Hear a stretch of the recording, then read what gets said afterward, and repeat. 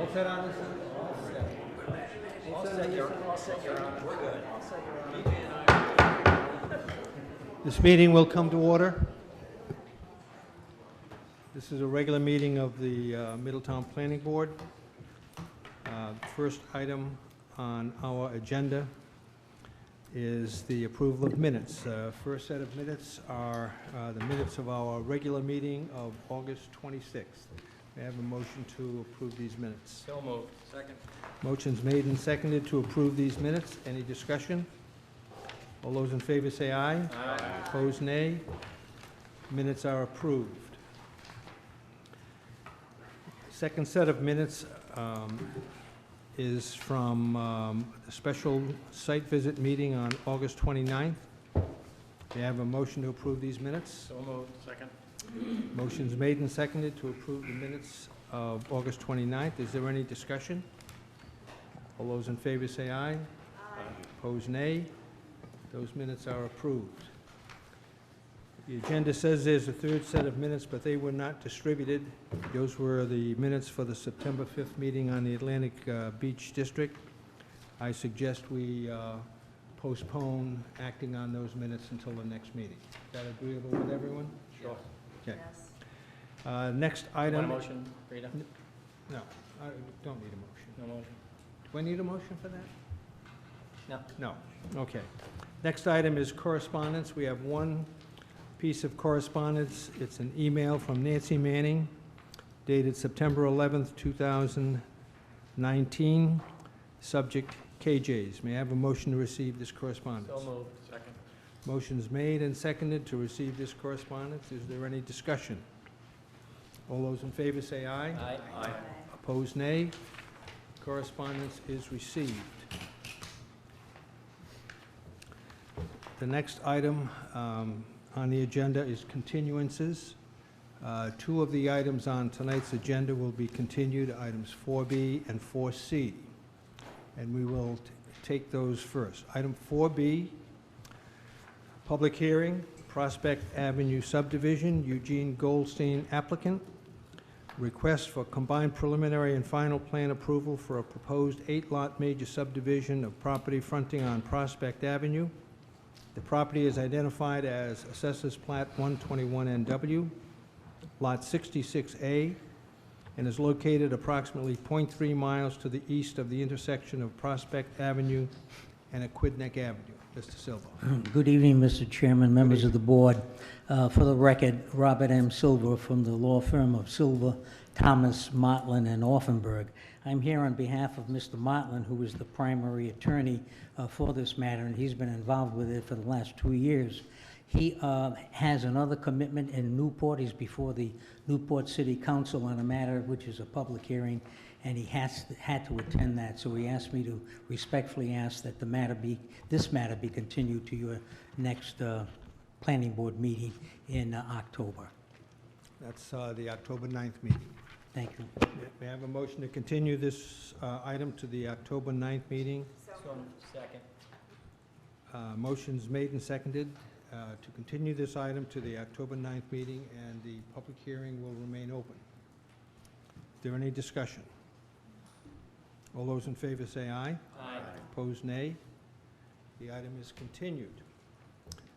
The next item that will be continued is item 4C, public hearing, application of Jack Gullison for development plan review, including requests for waivers from certain design standards of the Middletown Rules and Regulations regarding the subdivision and development of land, section 521, for construction of a new commercial building to include an 18-room hotel with a restaurant and associated site work located on property identified as 59 Aquidneck Avenue, Assessors Plat 115 SE, Lot 169.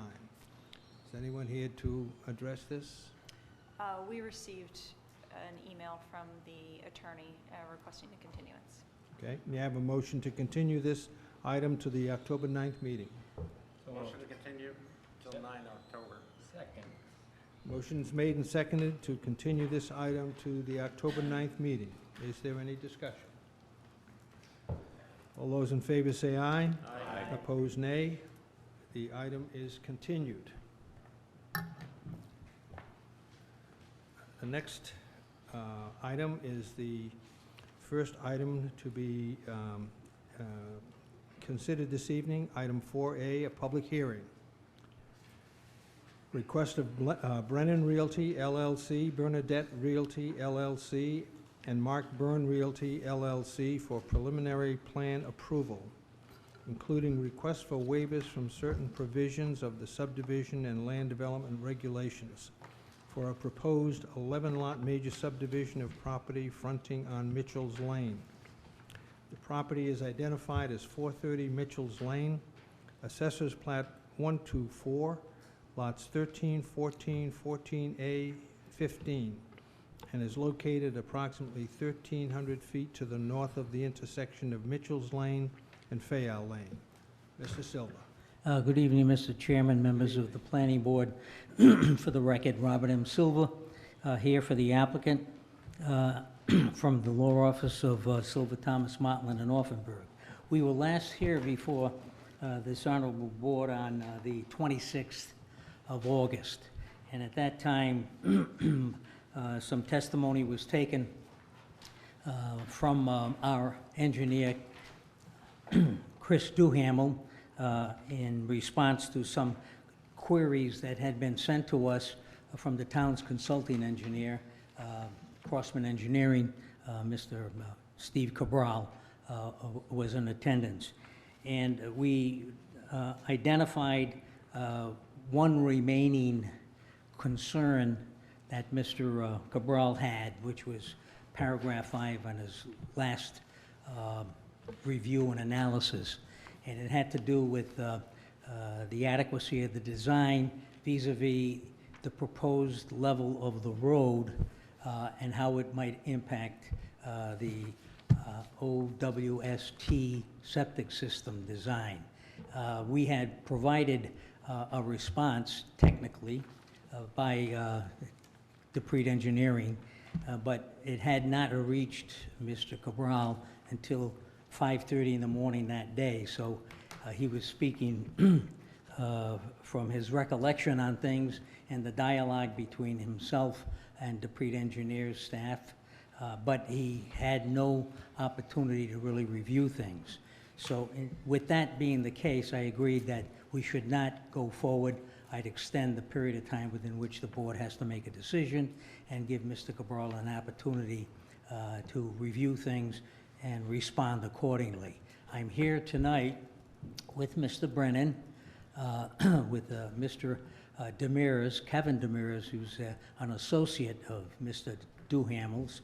Mr. Duhamel unfortunately had another conflict and couldn't be here, but Kevin is here representing the engineering end of things, and also Robert Ferreri, who's the individual who spoke in detail and gave testimony concerning the wells, the aquifer, and things of that nature. So they're here with me tonight to answer any questions that the board might have.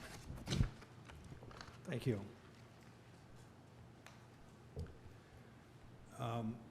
In the packet that we received, there are some new figures that were calculated for the septic I system believe area.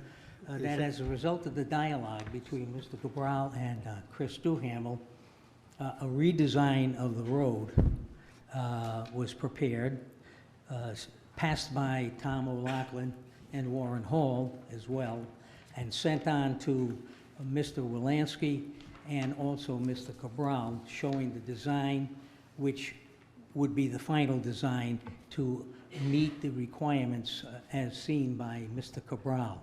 That's been disseminated. The changes have been made to, I think it's sheet 6 and 7, which you should have with your packet. So the design changes have been made to that one remaining item, and I believe, although I won't speak for him, Mr. Cabral has dialogued with everybody and has indicated to us that his concerns have been met vis-a-vis the design. My understanding is that the way what the revised calculations addressed consider raising the roadway a little bit and then redoing the calculations and showing that there is no outbreak of water over the roadway. That's my That is understanding. That is my Yeah. understanding. Yeah. So my first thing is, any comments from board members on these calculations?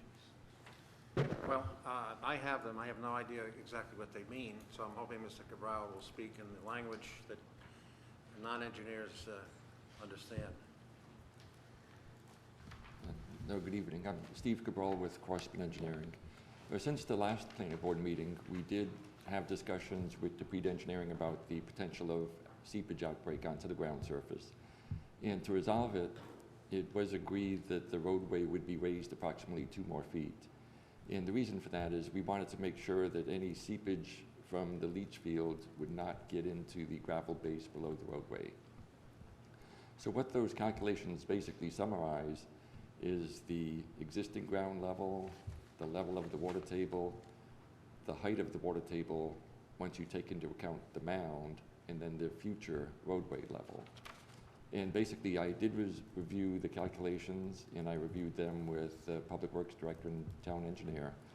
And independently, we were all in agreement that by raising the road 2 feet, that it is extremely unlikely that there would be outbreak, and we were satisfied that they met normal standards. Any other comments from the board? I have a couple of questions that I'd like both Mr. Demers and you to answer. Okay, I'd like to start with Mr. Demers first. If you could please identify yourself. Hello, Kevin Demers, Senior Project Engineer from Dupree Engineering, 90 Broadway in Newport. Thank you. First of all, I look at this calculation and it has been tweaked over and over and over again. And so the first question that occurred to me is the numbers, excuse me, that were finally settled on. Are these reasonable numbers, or are these numbers that were just tweaked to give a good result? The numbers, we had originally submitted some numbers as far as the horizontal groundwater migration from the OWTS, basically the mounding from the system. It came out to below roadway level, and we submitted those, but you know, they were around, you know, a foot beneath the roadway level when we'd submitted it. And Mr. Cabral from Crossman, you know, rightfully noted that there was a preferential path if this mounding, you know, reached the gravel roadway corridor. It may you know, migrate further and you know, go a further distance than the natural mounding. So we went back and looked at the roadway design and found with I believe a 1% to a 5% slope, which is fairly reasonable for a subdivision roadway. By modifying that grade slightly, we could gain 2 feet to 2.5 feet of elevation in the areas adjacent to the OWTS. So it was really a modification just to further enhance the safety of the system and ensure that migration wouldn't speed up along the roadway. So are these numbers reasonable? Do you feel they're Yes, reasonable? yes, they are. My second question is, in virtually every engineering analysis that I'm familiar with, there's always some kind of a safety factor to cover a margin of error. I'm not familiar with the analysis or the that's done in this case. What is the safety factor in these calculations? The safety factor, there's an average flow and a peak flow. So what we looked at as far as the mounding was the actual peak flow number, which is approximately 2 times the average flow number. So that's roughly the multiple that we used for a safety factor in this case to calculate the height of mounding. Okay. Mr. Cabral, could I ask you the same questions? The first one, are these numbers reasonable, or are they simply tweaked? They're definitely reasonable. And when it comes to the safety factor, what we requested that Dupree do is run the analysis in 2 methods. One with the longer duration with the average flow, and with the shorter duration at the maximum daily flow. So when it comes to their model with the flow, we feel that in one of the scenarios, they are overstating the actual flow that will need to be absorbed. So with the two different scenarios, in knowing that they have a lengthy period of a few months with the maximum daily flow, we felt that that was an adequate safety factor. And believe me, if there, as you probably learned over the past year, if I suspected anything was just tweaked, I'd happily tell you. Not happily tell you, but I would share it with you. And Attorney Silva. Okay. Thank you. Any other comments from members of the planning board? Joe? Well, since you're up there, so in your opinion, has the engineering complied with the requests that we made, and you made recommendations back on the 26th or whenever that was? Yes, the changes that were made comply with address the concerns that I expressed at the last meeting, and I have no doubt about that. Other questions or comments from the planning board members? And everything, including the variations to the current plan, have been approved also by DEM. Is that not correct? Yes, DEM issued a permit for the septic system, or OWTS, based on what was seen at the last meeting, but the changes associated with raising the road really don't need to be reviewed by DEM because they're outside of the septic system limits. Okay, thank you. Bill? Bill, and then, I just want to thank you, Steve, for your diligent work on this. You certainly have a lot of respect throughout the state and the region, and I appreciate the extra effort that you went through. I know you get compensated for it, but you've given me a level of comfort that is something that I needed, so I appreciate it. Okay, thank you. BJ? Yes, thank you very much. This is just a direct comment, probably more to Mr. Silva. I'm concerned about their homeowners association, and I would like to put in, can you hear me now? A condition for approval that there be no rentals allowed. And I say this from experience. I also would like everyone to know that I did approach the developer, and I did ask for fewer homes to be considered, and I didn't get any response, but possibly because it was the end of a meeting, and he is so tall and I'm 5 feet tall, and I'm not certain if he could hear everything that I was trying to get across. But I have had experience with one of his developments. The houses are very nicely done. By a definition, on the road that I face, my home faces, would you believe there are 11 homes that have been built there? They do have city water. They do have septic provided by the town. My comment would be that the lots are small and that the children end up playing in the road. I'm a bit concerned about that. But the development itself is a very lovely one, but it's a different type of development than what I see being proposed here. My common sense is fighting with the fact that the developer seems to have met most all requirements that the town has put before it. So that's where I stand, but I would like to make that recommendation for conditions of approval, that there be no rentals in the homeowners I'd like association. Okay, thank you, BJ. I'd like to check with the solicitor. Is that a condition that the planning board can apply? I don't believe it is. You do? And I'm not sure what the, if there's perhaps if the rationale for it were explained. Well, then, because excuse me, but it would be perhaps that the homeowners association, the developer has turned it over to the homeowners association. My concern basically is that there are so many people that I see, particularly in this development, coming and going, and I'm always seeing a truck there with household items coming and going too. That I wonder if the houses have been sold or if they are rental houses, or if they're both. The issue that Mrs. Owen is raising was not one that we have considered, and we are at the preliminary plan level, and even if we receive approval from the board tonight, we still have to come back with a final plan. But I can say that Mr. Brennan has not considered any kind of restriction, which in my experience would be somewhat unprecedented for a residential development, that you're talking about what it can be used for, and if someone buys a home, that person certainly owns title to the property, and if that person wants to rent it out, although it might not happen, they have that opportunity. And I don't think there's anything really that we can do, even in a homeowners association, to make that restriction valid.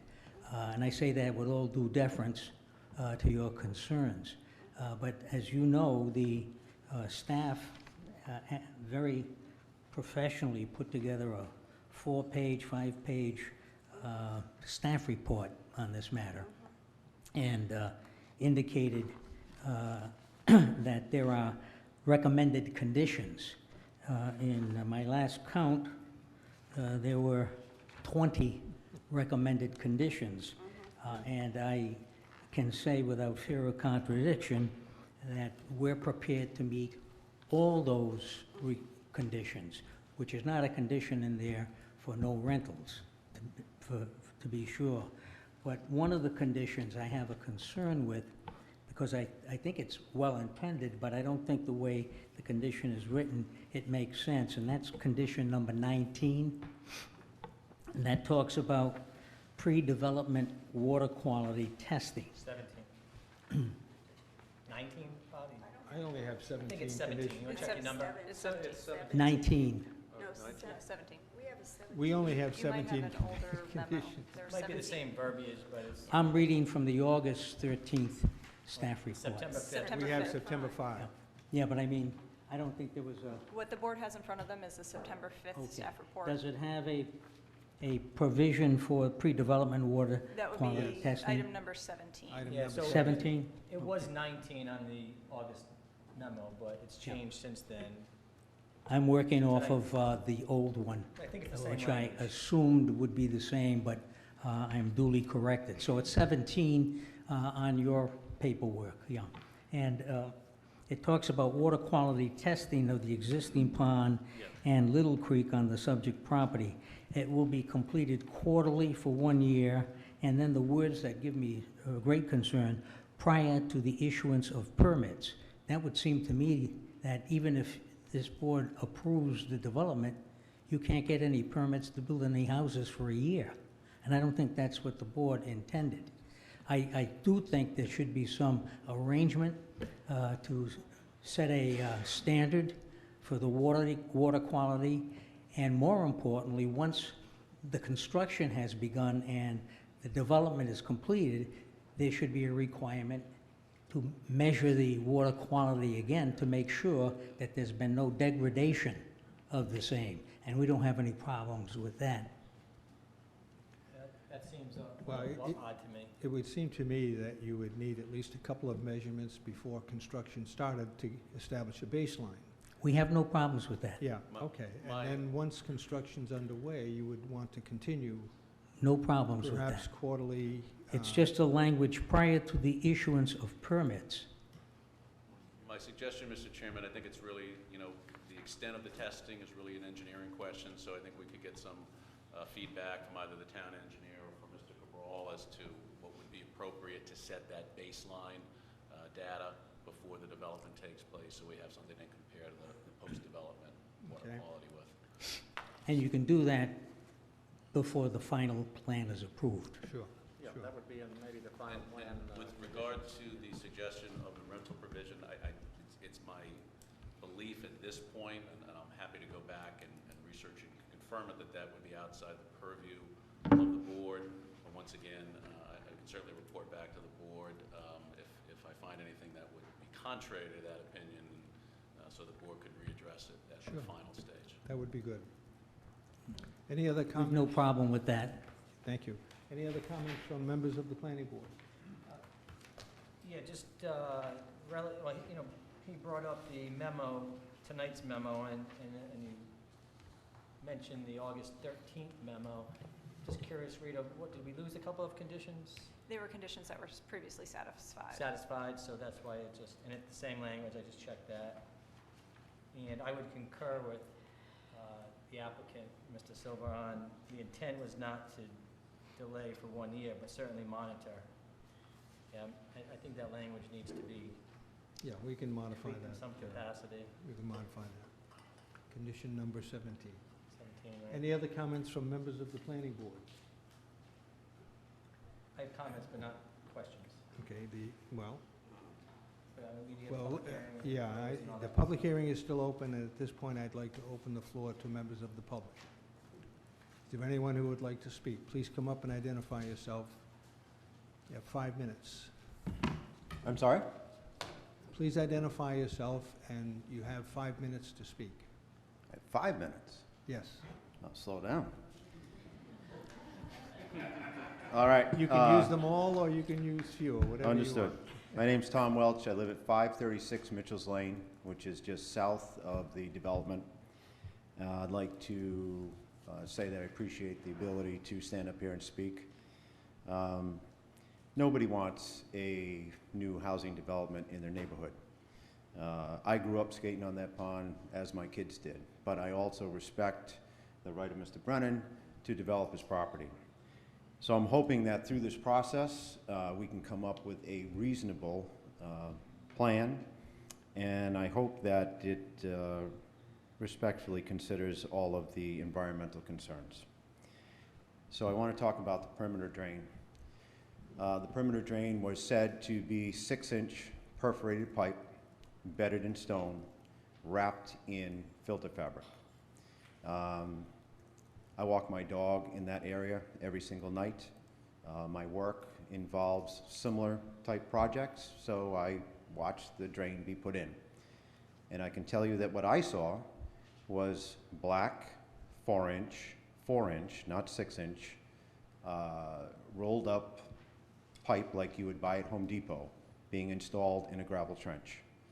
Now, that stuff maybe you're familiar with at Home Depot is typically used to run downspouts away from your house, anything that involves a shallow installation. It's not made to have feet of gravel above it because it can't take the pressure and it will eventually crush, which slows the flow of water through it. There was also no filter fabric in that trench.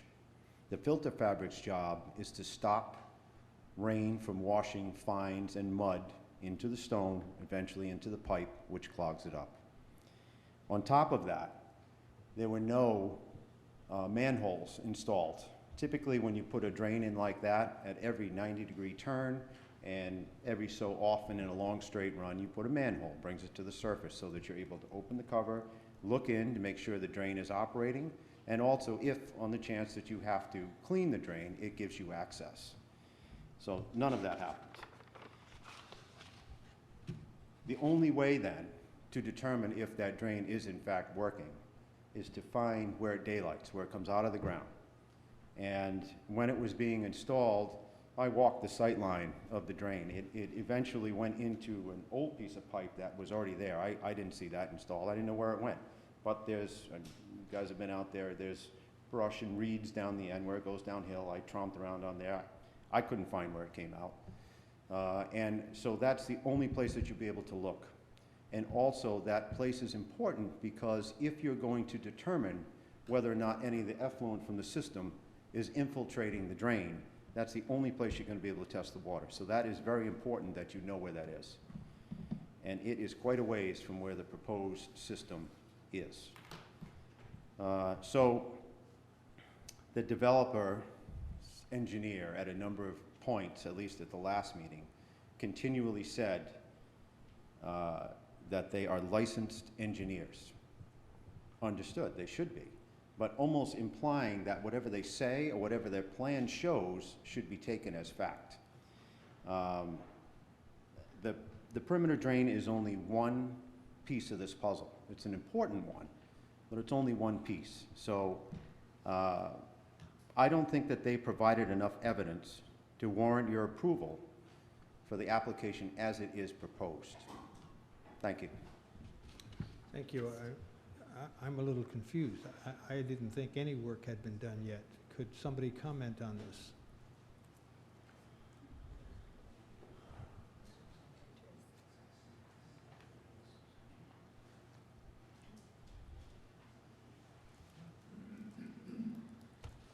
Hello, Kevin Demers again.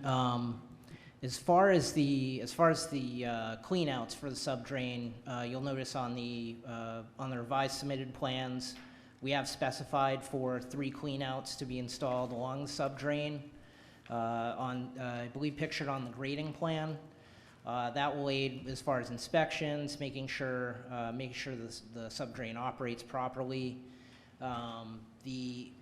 As far as our experience, we've been experienced with a number of subdivisions, namely Western Cranston, which is when I was starting out, we were developing a lot there as far as Glenham Park, some other various subdivisions, and we really haven't seen a failure of the subdrains that have been installed over the past 25 plus years that we have seen these installed. As far as the installation, I can't really comment. I wasn't present for the specific installations, but I feel with the addition of the cleanouts, we can get a better view of how that subdrain is working, and obviously from there make any corrective actions. So are you saying that these drains have been installed already? Yes, the subdrain has been installed. And could you comment then on the observation that the size was different from what was specified and that the filter material was not put around the pipe? Could you comment on that? All I can say is that if the plan shows 6-inch for the drain, that's what will be put in. I don't know what's happened beforehand. I was not involved in the process right from the beginning, but the plan controls. And if it says 6 inches and cleanouts and manholes, that's what will be installed. And that's the plan that the town's engineer looked at and said, I'm in accord. What has been done already? I don't understand that. Steve Cole? Steve? Yeah, the underdrain was a topic going back a few months. Basically, the water table on this site is so high that it was deemed unsuitable for septic systems under its natural condition. The way that the site became buildable is the applicant, through a DEM permit process, installed an underdrain. And that underdrain lowered the water table, and that lowering of the water table allowed the community system to be designed. And so that did occur probably a year and a half or 2 years ago, because and everything that was done then was done appropriately, in your opinion? What was installed was prior to our involvement. I do agree with the speaker that the trench has to be installed with stone, and the outside of the stone needs to be wrapped in a fabric, and there needs to be a 6-inch perforated pipe. So those are standard design issues. Are those standards included in the design that you reviewed? I believe they're 6 inches, but the design of the underdrain isn't specified because that was already built. It's a pre-existing item. But we would certainly recommend that that be a condition, that it be confirmed that the trench is stone. And when it comes to the fabric should be on the outside of the stone so that the fines don't get into the stone. Because one problem with just the clean out is that if the trench is clogged, then theoretically the pipe could be dry because nothing's getting into it. So we certainly agree with Kevin that we need clean outs, but we also agree with the speaker that it needs to be a stone trench wrapped in a fabric. We have no problem with the comments by Mr. Welch and what he thinks ought to be in the construction end of things, and we'll make sure that the pre-works with the town to ensure that that kind of installation takes place. Keep in mind that the design to lower the water table predates these hearings quite a bit, but the final plan is what controls and will live by the very details on that plan. Well, I understand. I got a question. Yes, Art, and then Bill. Well, I think we have a little problem here. Is there a system installed there that has 6-inch piping with everything that's supposed to go along with it, as the plan apparently calls for, and the abutter says that's not what's there? Now, I'm certainly not going to go out and find out what's going on there, but I think that's a topic for the town engineer. If something was supposed to be installed properly and is not, based on this gentleman's observation, I think we need to have a dialogue. That's not correct. Whatever has been put in was put in on a temporary basis to get DEM approval. That might not be, and I don't believe it is, the requirement of the plan.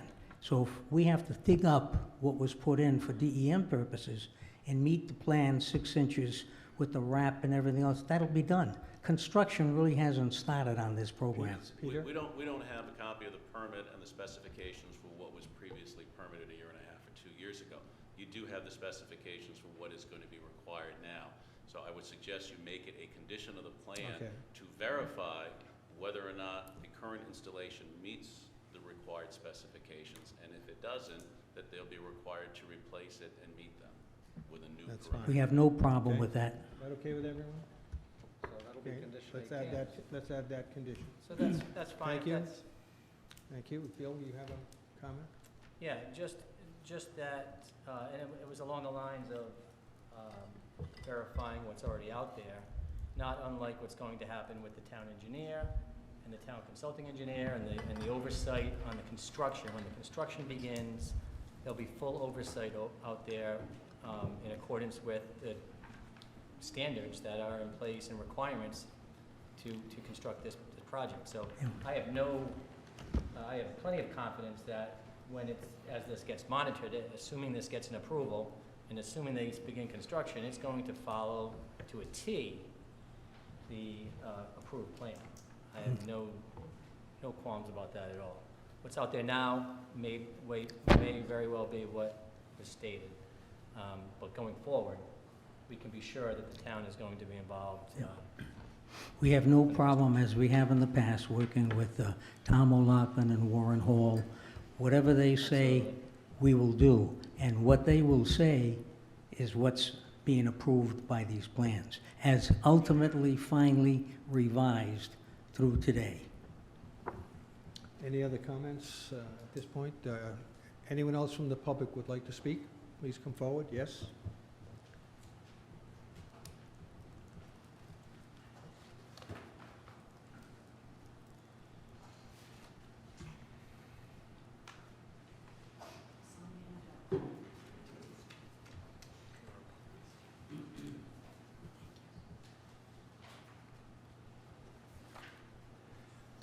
Thank you.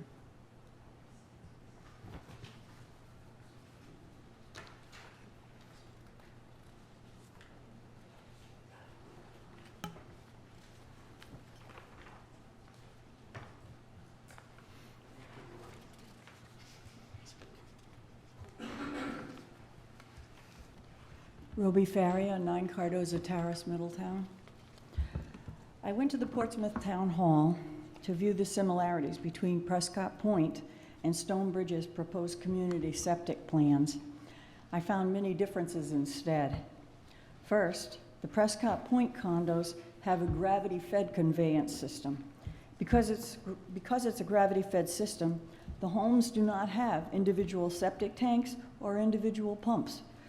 The effluent flows directly from the home down a steep slope to a community tank where it's pumped to a treatment area, and a hydraulic unit then pumps it up to the leach field. If they lose electricity, it would be very difficult for the system to back up into the homes. And they're in no danger of fouling their water because they have town water. Next, the water table depth at the leach field at Prescott Point is 4 feet to 6 feet deep naturally. At Brennan's, it's a 3 feet deep with the aid of the trench drain, which we're discussing here, and only 18 inches naturally.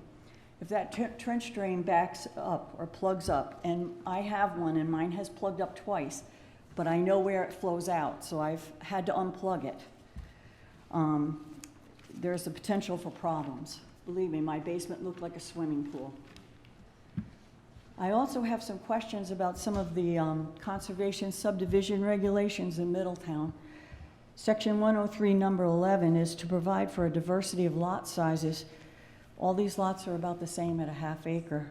Section 608, subsurface water, where water is encountered within 3 feet of the finished grade, adequate drainage approved by the Director of Public Works shall be constructed to lower the groundwater tables to a depth of at least 4 feet below finished grade within the street right-of-way. Section 514.1F, number 3, disturbance to the natural contours of the land shall be minimized to the greatest extent possible. So how will that all be addressed? Last, on page 4 of the handout I gave you, I would like to draw your attention to item number 5 of Prescott Point's general OWTS notes, which states that no garbage disposal units shall be tied into the plumbing network.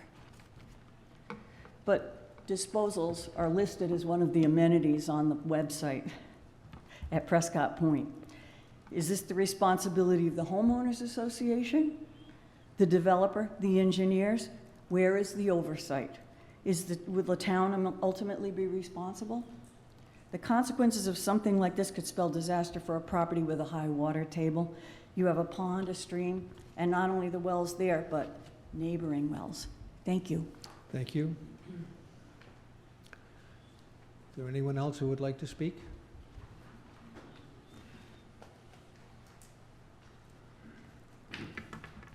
Kevin Kozinski, 452 Mitchell's Lane.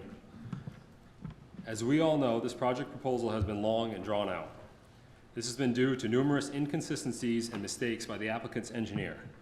There have been 3 or 4 different OWTS plans proposed, each presented with flaws.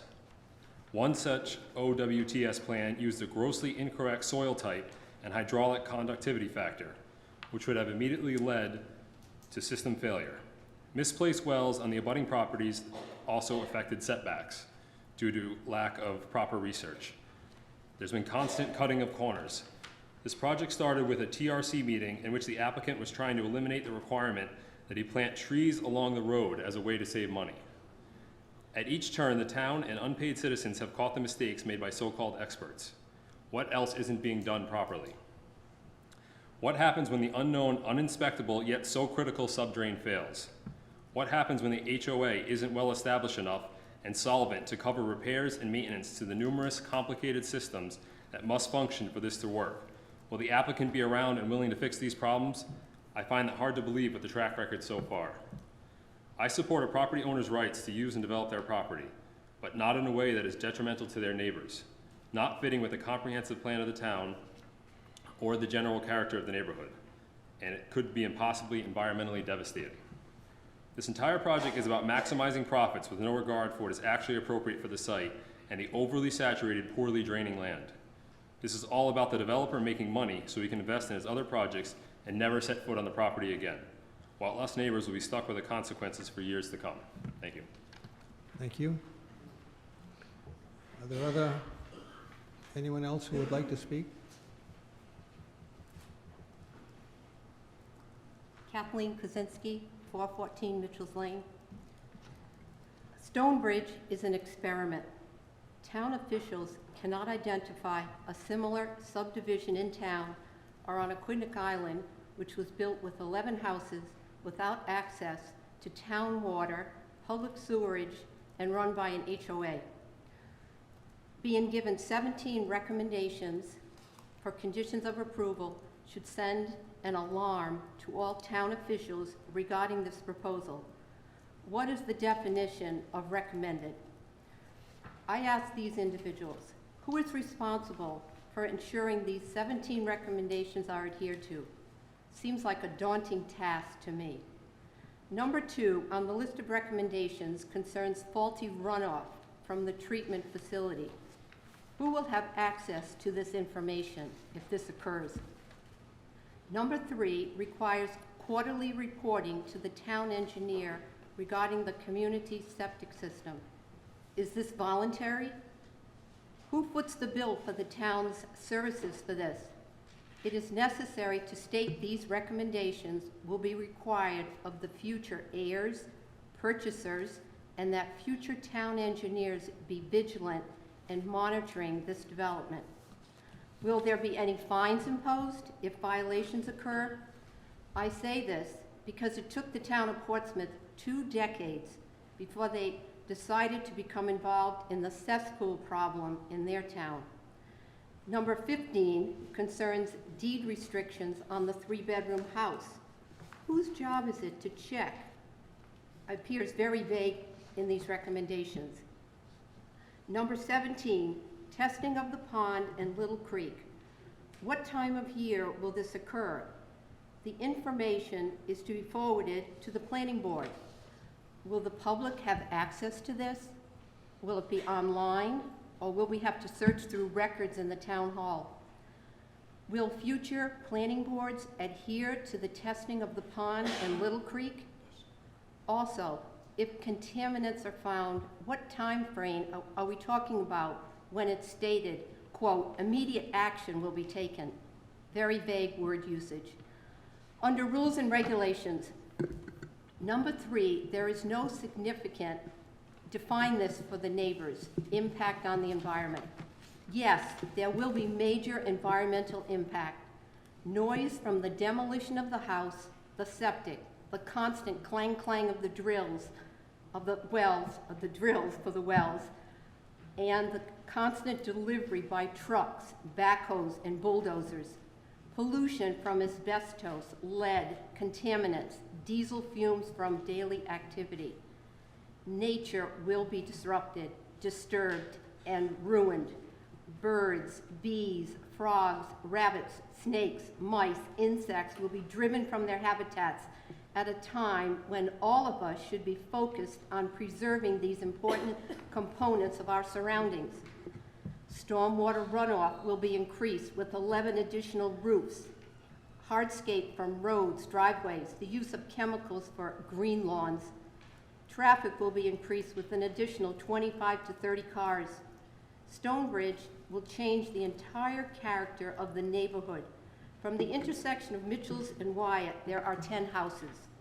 This proposed development does not belong in our neighborhood, as we are not the West Main Road, where Prescott Point is located. I ask those present, would you want such an experimental development built in your neighborhood? How would you react if such a housing proposal was to be considered in your neighborhood? And that's all I have to say. Thank you. Thank you. Is there anyone else who would like to speak?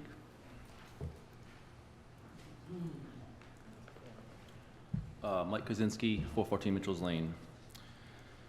I guess starting with the septic system, I want to make sure everybody understands that on the original plan, there was 11 houses with 44 bedrooms.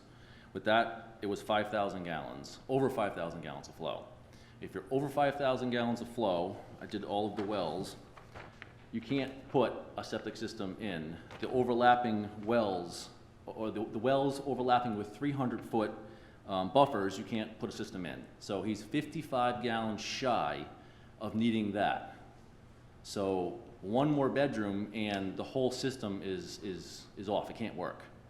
On top of that, the red circles show 75-foot radiuses, which is required. In one of the 75-foot radiuses, he shows his own well involved with his own tank. So he has a violation on his own drawing that's approved, or trying to get approved tonight, of where his well is going to be located. So maybe you can clarify that. I'm not confident that if one of the wells fails, that they can drill another well on the property. There's no alternate location to drill another well. So if someone runs out of water, which happens regularly, I mean, there's no other option. I don't know what the person does. What do they do for water? They can't move it. If they move it, it's too close to the septic system. So a couple of the houses can't have wells if they do fail, or they don't hit water. So that's, I guess, my concern with the wells. So the other thing is, I did some, quick numbers, and if you look at the original plan he submitted, he has the 11 lots with the R40 on here. Now, if I overlay his new plan with the R40 on here, you can't get 11 lots with R40 because the septic system, where it takes up 2 lots, which you have to have, and the retention pond at the bottom takes up 2 more lots. And so I get 7 or 8 lots maximum with the R40. And the retention pond that he proposed to the town engineers was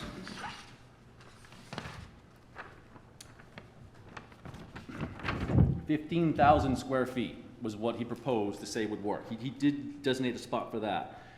The plan that he has now has a retention pond of 54,000. So he's, not even close with his calcs as far as the original plan that he submitted to get the 11 buildable lots at the R40. So you can't fit 11 R40 lots on this. And we're here saying that, we're gonna put 11 lots on this. We're trying to conserve land. So by the Conservation Act, by conserving land supposedly, we're allowing him to put more houses. So I don't understand how it's conserving land at all. The land he's actually conserving, I did that in green, the usable land. So the usable land, he has 0.74 acres, another chunk, it all adds up to roughly 3.3 acres. So the land that he's conserving is 3.3 acres. The land, the way he's conserving that, in the way he's twisting the numbers around is the wetlands already protected. DEM protects it. You don't have to conserve that land. It's already conserved by DEM. It's wetlands. The retention ponds he's conserving, he needs retention ponds to drain. So I don't see how you're conserving that because you need that area for the water to go into. The septic system area, he needs that. So the 3.3 acres is really all you're conserving by allowing 11 lots at R20.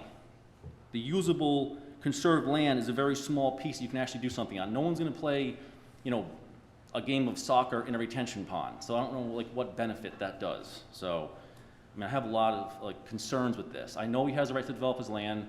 I lived there for 40 years. It's a beautiful piece of land. We realize he's going to be able to put some houses, but 11 houses is too much, unfortunately. So, that's kind of what I'm here for. And you guys can have these if you want. Thank you. Thank you. You can give your papers to the planner if you'd like.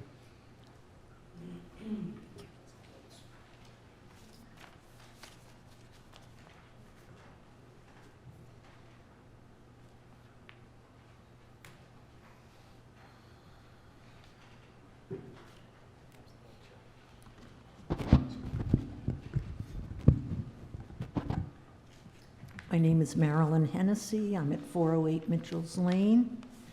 I've spoken a number of times over what's been many months, even years, about this.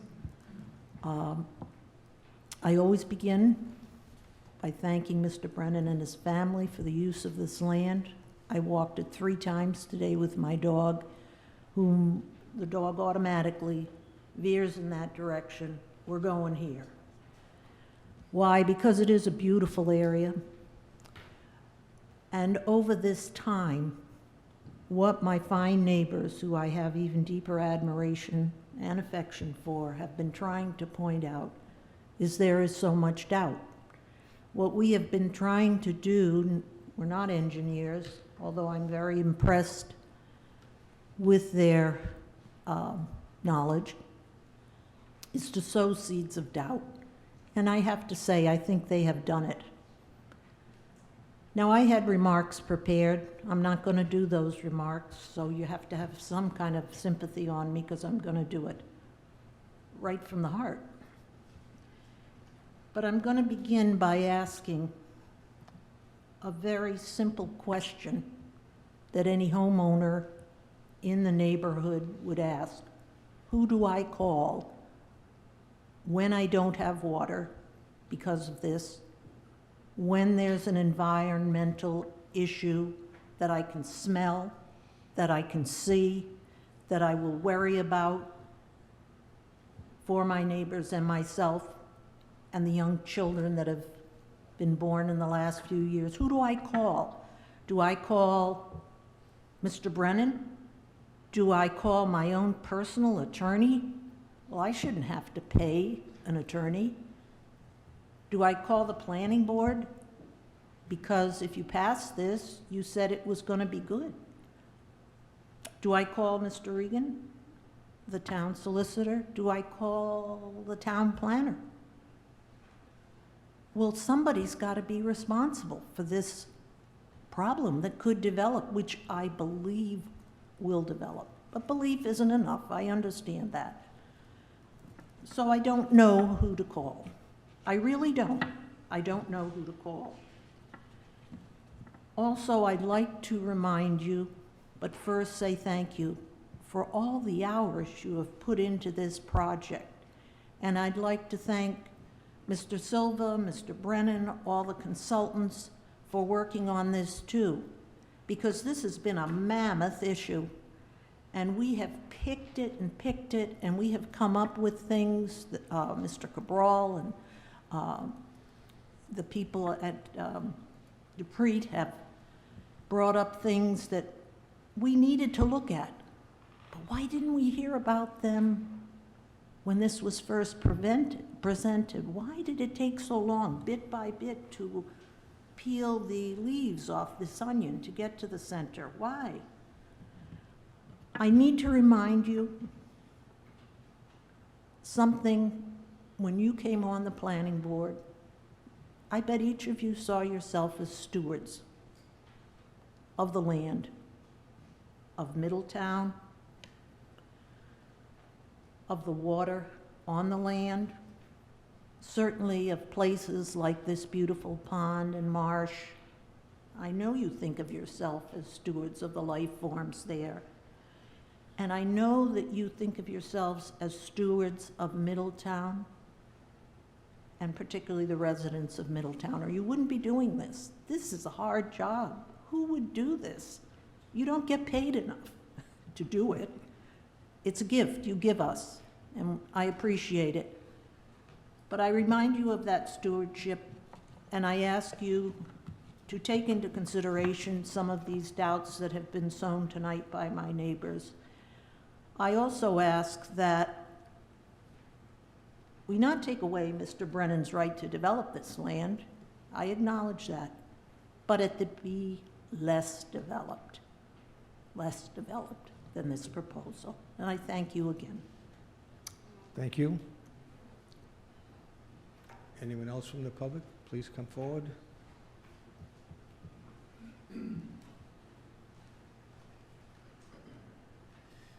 Joe Costello. I'm at 101 Fayal, just down the street from where this is going in.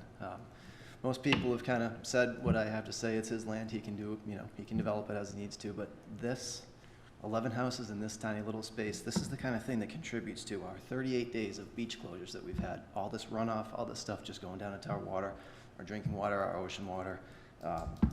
This kind of thing just, it wrecks the beaches. It destroys the rural quality of the town and the beautiful, character of the town that's brought people like me here and had a lot of other people remain here for the rest of their lives. So it's not, you can put a few houses in there, but this is ridiculous.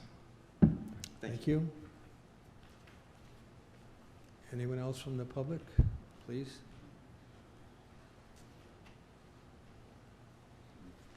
Edward Sokol, 148 Fayal Lane. My concerns is you've already started draining this property. Was DEM aware that it's already started to be drained before they even tested it? It's obvious they're already starting to cut corners. There's a sign right on Mitchell's Lane, water protection area for the city of Newport, water. Now you want to put 11 houses right in that area, all dependent on a system that, what's the guarantee that that system's not going to fail? What's the shelf life on that system? Who monitors it? Who upgrades it? Who pays for it? If all those houses aren't sold, who pays for that? I'm downhill from there. I've got one well on my property that's already contaminated. I don't need another one. And what about the basements? The water table's already, what, 2 feet? The basements are underwater already. All things that you need to consider. Thank you. Thank you. Other members of the public who would like to speak?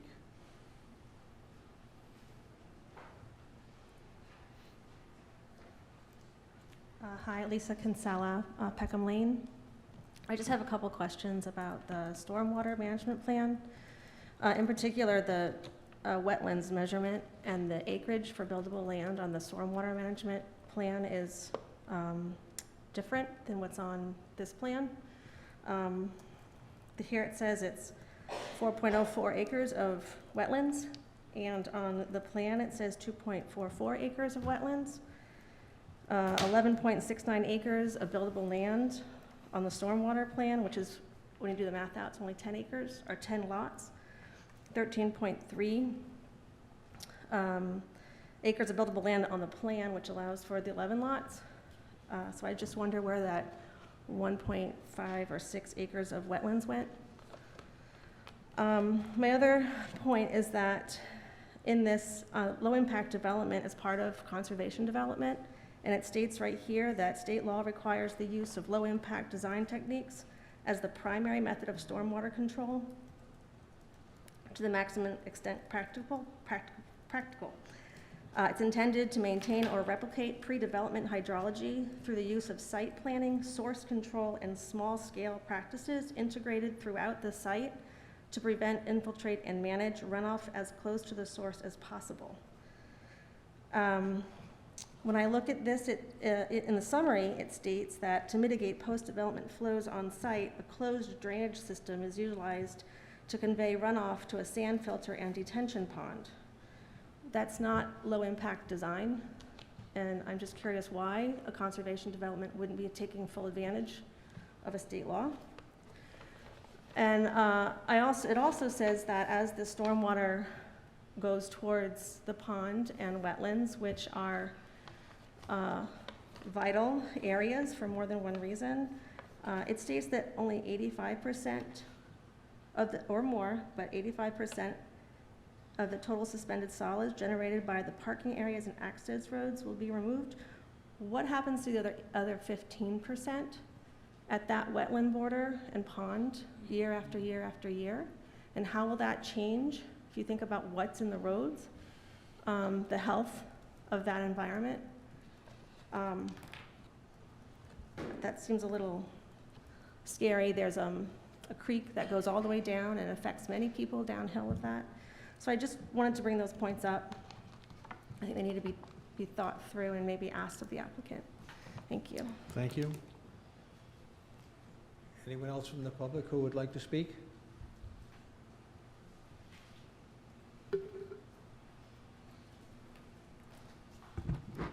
Sandra Spencer, 932 Mitchell's Lane. The density of this project seems, as we've all said, excessive. The fact that they had to reduce one bedroom out of these houses in order to get the plan through DEM, I think concerns all of us, and I think I'm seeing it concern some of you. I understand that they have to have some means of deciding how big to make the septic system per something. In our house, we have a 3-bedroom house. We had to replace the septic tank. We had to replace the septic tank with one that were qualified for a 3-bedroom house. There's 2 seniors living there.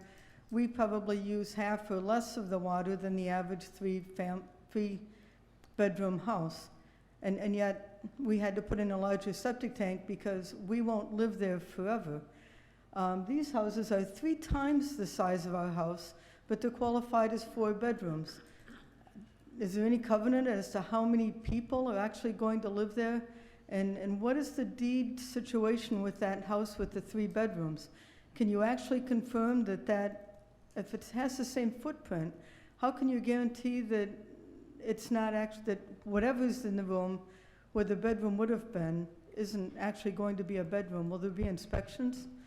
And lastly, I did not do the math. I don't have the tools to actually do the curves or perhaps the time. but I'm grateful for our neighbor that did. I keep looking if that's a conservation development. They say it's 40% open space, but aside from the front lawn, it just looks like strips around the outside and the pond. So I have a hard time understanding, do they really have 40% open space? My last thing is, I haven't heard about this recently, but in the beginning I heard that they were asking for a waiver of a 24-foot road, that the roadway going in would be 24-foot wide rather than 26. I have the numbers correct, right? And if that's just rubber stamped, again with Mrs. Owen, what if the kids, the yards are small, they go out and play, that extra 2-foot strip might actually be enough for them to ride their bikes or have a basketball hoop, which we often see in residential neighborhoods. If that strip comes out and that becomes a 26-foot wide road per town standard, what does that do with the open space? Is that why they asked for the road to be narrower, so that they can shoehorn in just as many houses as they can? The density seems pretty extreme to most of us. Thank you. Thank you. Is there anyone else who would like to speak?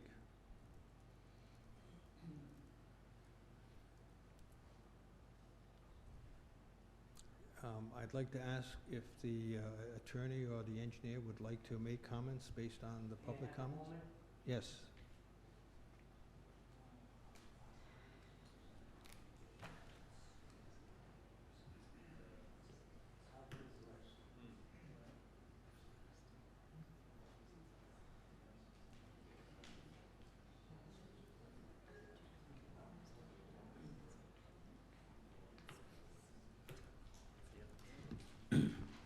Thank you, Mr. Chairman.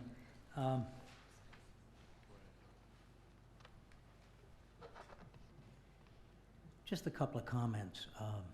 I know a number of the neighbors, and everybody is well-intentioned in this process, say there are too many units, 11 is too much for that property. There are rules and there are regulations in place. On the state end, for septic system design, OWTS, now they call it, and locally, there are rules and regulations as to what you can do with your property.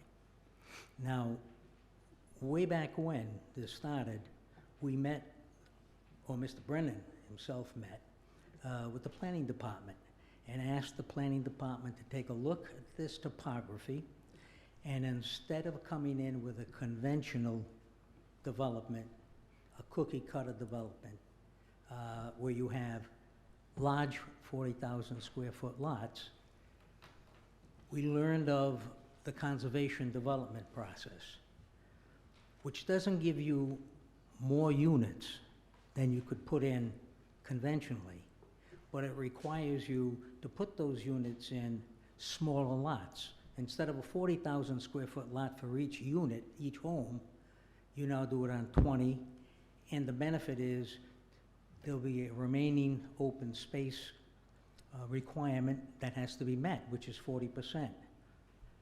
This plan that we're looking at tonight is not the same plan that came before the planning board or this honorable planning board staff. This has been tweaked, reviewed, revised, upgraded through an enormous number of technical review processes. Quite frankly, I've been practicing for 52 years, and before this board, a major portion of that.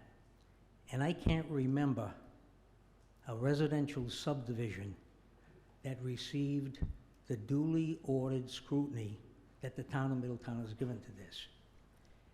We have met every technical requirement that the town of Middletown imposes on Mr. Brennan or anybody else that wants to come in and develop their property. We have a right, through the calculations by the planning department and our own engineers, to put 11 units, 11 houses on 20,000 square foot lots. So you might have a preference that you'd like to see 2 or 3 houses on that entire area. But Mr. Brennan is doing what the town has allowed him to do and requires him to do.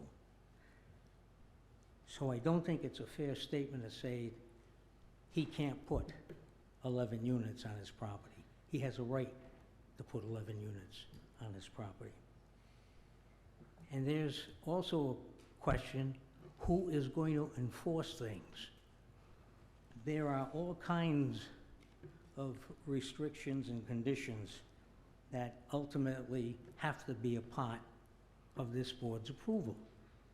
And those conditions and those restrictions are, imposed and regulated by the protocol and the agency that's in place, namely DEM for the septic system, for sure, Town of Middletown for the construction of the facility, the roads, the widths of the roads, and things of that nature.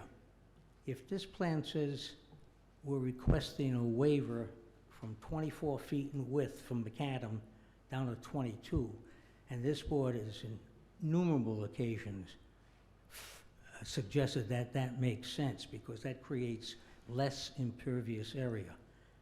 If we're given the waiver, that road will be 22 feet wide, not 24 feet wide. And 20, you're requesting 24 instead of 26. 26, I'm sorry, there was a two-foot differential. My math sometimes gets ahead of me. So it's going to be 2 feet less in width than what the town will require. Who makes sure that that's the case? The Director of Public Works, the zoning office, the planning office, anybody in Middletown that's responsible to oversee this development has to make sure that it's built the way we said it was going to be built. Who does Mrs. Hennessy call? Until there's a complete build-out of this property, she calls Mr. Brennan. He owns the property. When he gets to the point where he starts subdividing and selling, there will be a homeowners association, which I haven't prepared and I haven't sent on to your solicitor for review, but I've done it on a number of occasions. That homeowners association will have provisions in it telling who is responsible. And it's the homeowners association comprised of those 11 families that are responsible to see that everything is maintained in good operating order, and if something goes wrong, the people who've been hired to monitor the systems will be called to repair things. And if there's a failure to do that on the part of either Mr. Brennan before the homeowners association is put into place, or a failure on the part of the homeowners association once it is put into place, the homeowners document will require that the town is empowered to come in, do what was supposed to be done, and charge the homeowners association for the work and the cost of remedying any ill. So there are safeguards going forward. And it's a system that professional engineers have indicated to you under oath that is not novel. It's been used elsewhere, and they are staking their claim that it's going to work. If it doesn't work, the homeowners association, the first call they'll be making is the pre-engineering to find out why. Now, nobody wants to look at this and says it's not going to work, because every piece of evidence you've received over the almost 2-year process that this subdivision has undergone has been as a result of a professional consultant, an engineer who has his certification and his reputation is staked on what he says. All these engineers have looked at this plan and say, to the best of their ability, from an engineering perspective, based on their background, their experience, this works. And the final coup de grace is the town hires its own engineer. We pay for him, But the town hires him, and he has, Mr. Cabral, been a part of the process from the beginning, from the original plan to what we see tonight. And he has indicated to the board that after the last revision, which was to the height of the road and a little bit of a revision of the septic system, the OWTS, he's satisfied that it's a conservative design and it'll work. He also indicates that he doesn't believe that the revision that took place at that particular location of the septic system is of a worth that has to go back to DEM. He says DEM does not need to have it go back. So we've met every requirement that the town has presented to us. Now, I don't believe that that will satisfy some of the neighbors because they don't want any change in the neighborhood.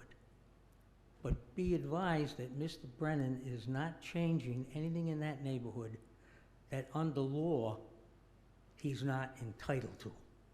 He's not putting more units than are supposed to be there, and he's going at great lengths and expense to present a plan that at long last meets the requirements of town codes, state codes and statutes, and the town's own consultant engineer. So with that, I would suggest that if you look into your files and find all the reports that I put together and submitted, and there are many of them. We had the report of Joseph D. Lombardo. He's a certified town planner, and he has concluded in that report, and that report is like probably 24 pages. He concludes that the proposed development is consistent with Middletown's comprehensive plan. I know there are people that will disagree with that. But as a Mr. Silva, professional, we've got all Yeah. these reports and we've gone through I them. just Please want, don't go through I'm them again. making this statement Yeah. almost not for the board's indulgence, but for the people who have a legitimate concern as to what's happening. But we didn't come in here nilly-willy and just say, we want to build some houses. The report says we are consistent with the Middletown comp plan. It's in compliance with zoning and the standards of zoning, and the proposed residential development on Mitchell's Lane as designed meets all general requirements for a subdivision required by the town of Middletown. In addition to that, you have a groundwater availability report from Northeast Water Solutions, Inc. Mr. Ferrari testified before you, and he's here again. And his conclusions were that as a result of the hydrological evaluations, there's plenty of water for this facility. And finally, you have a traffic report from Mr. Bannon, who looked at everything and talks about there is no problem with traffic. We're not going to create a public hazard or a nuisance on this road, subject to some changes and mitigating, clearing of roadside vegetation for a sign of light enhancement, which will be done, signs on the roadway curvature, which will be installed, and lighting at the site access road intersection to enhance visibility, which will be done. So I think, in all fairness to the applicant, he has been patient, he has been diligent, he has presented what I consider to be, in my career, the most complete petition application for a residential subdivision that I've ever experienced in the town of Middletown. And it always wasn't that way. But Middletown is in the forefront of making sure that things are done right, and we're prepared to do things right. And that plan, once approved with whatever conditions the board wants to put on it, will in fact be what will be built. Thank you, Mr. Silva. May I have a motion to close the public hearing? So moved. Second. Motion is made and seconded to close the public hearing. Any discussion? All those in favor say aye. Aye. Opposed, nay. Public hearing is closed. May I have a motion for a favorable recommendation, subject to all the conditions, both documented and added this evening? Yeah, it's As well. a motion for preliminary plan approvals and 2 requested waivers, subject to the 17 conditions outlined in the town planner memo, and then the board also discussed adding an additional Another condition. condition regarding the underdrain and potentially changing the language of the pre-development water quality testing to eliminate the 1 year prior to issuance of permits. May I have such a motion? So I'll make this motion, as Paul stated, that Let's not discuss it, just make the I'm not motion. going to discuss it, I'm just going to make sure it's clear that I think it's clear that the motion needs to state that it meets the required findings that are laid out in this memo dated September 5th. Certainly we'll have comments on that in a second, but I think the motion should reflect that it meets the required findings, 1 through 5, as laid out in the memo, in addition to the requested waivers and the conditions that we just talked about. That's the motion. Do I have a second? Motion is made and seconded. Is there any discussion? Just a clarification, well, the motion stands with the 18, and BJ, I know you have, I know you asked for a condition on rentals, but yeah, I can't support that, and I don't think Peter has advised that we do that, but. Well, I do have a reason for it, which I did not disclose. I understand your concerns, and I guess I share some of that, but I don't think it's our purview to be looking at that. So that's the motion, and I guess we could have discussion in accordance with the chair. Comments? Comments? Any comments here? Well, I'd like to... Comments. Before you go, if nobody else does, then I do. Please. So, for the benefit of the board and I guess the members of the public, we know this, but I think I need to state it just to be clear. We're bound here by the comp plan, of course, but also we're bound by the rules and regulations. And testimony that we heard not only tonight from the applicant, but also over the past year or two, whatever it was, certainly showed that this plan meets it meets the findings that we're required to find by. I have no doubt in that.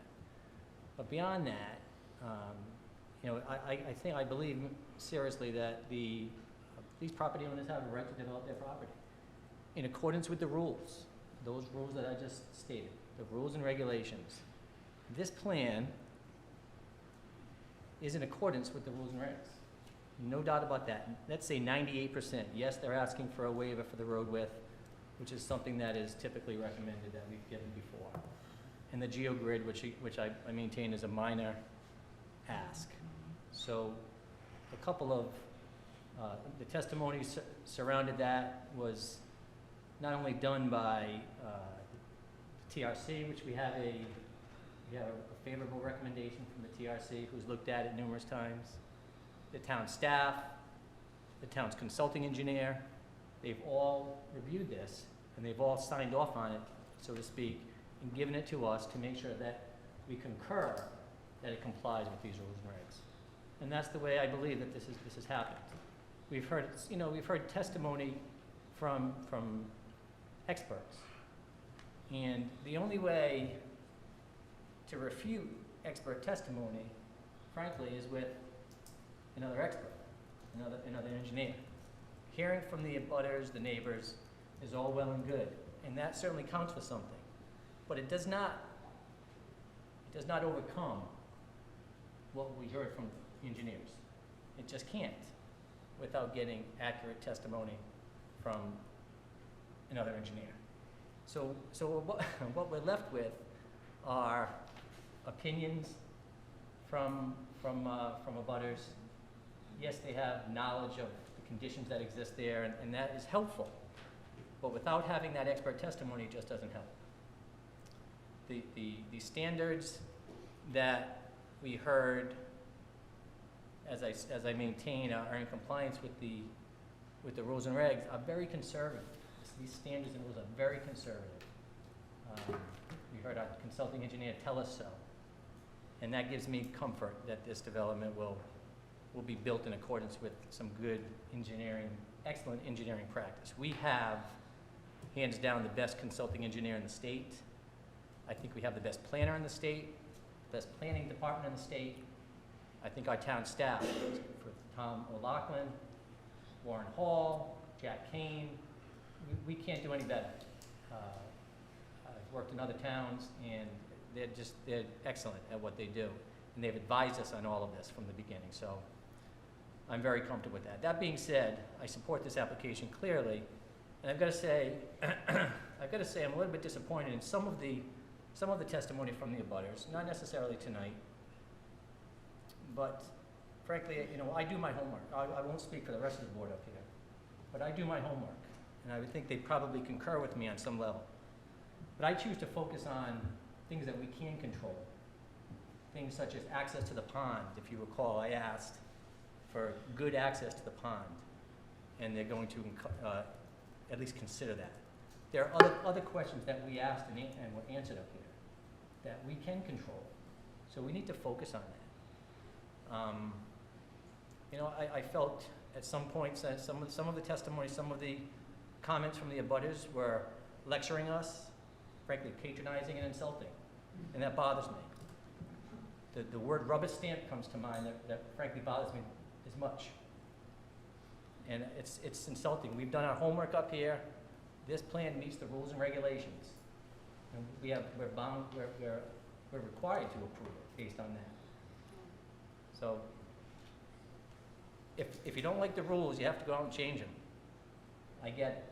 When my home was built, there were rules and regs. When your homes were built, there were rules and regs that they had to follow. You may not have liked them, and the people who were abutters at that point may not have liked them, but there were rules, and they met and followed those rules. That's the same case we have here. The world is changing, and Paul, as you said to me last meeting, the world is changing. It's how you manage it. That's how I feel. Thank you. Any other comments? BJ? I would like to make a comment. First of all, I'd like to thank all the abutters for coming and for speaking out. And I, in my own way, am an abutter to Mr. Brennan's property and have been, my family, for years and years, and that is Bluegrass Drive. And I have to say that I admire all his homes. They are well built. I've had friends who live in them, and the reason I brought up about the homeowners is because I do know that a number of them have been rented out, and I wondered how the homeowners association was handled with the renting out of these and the buying back of some of the homes there.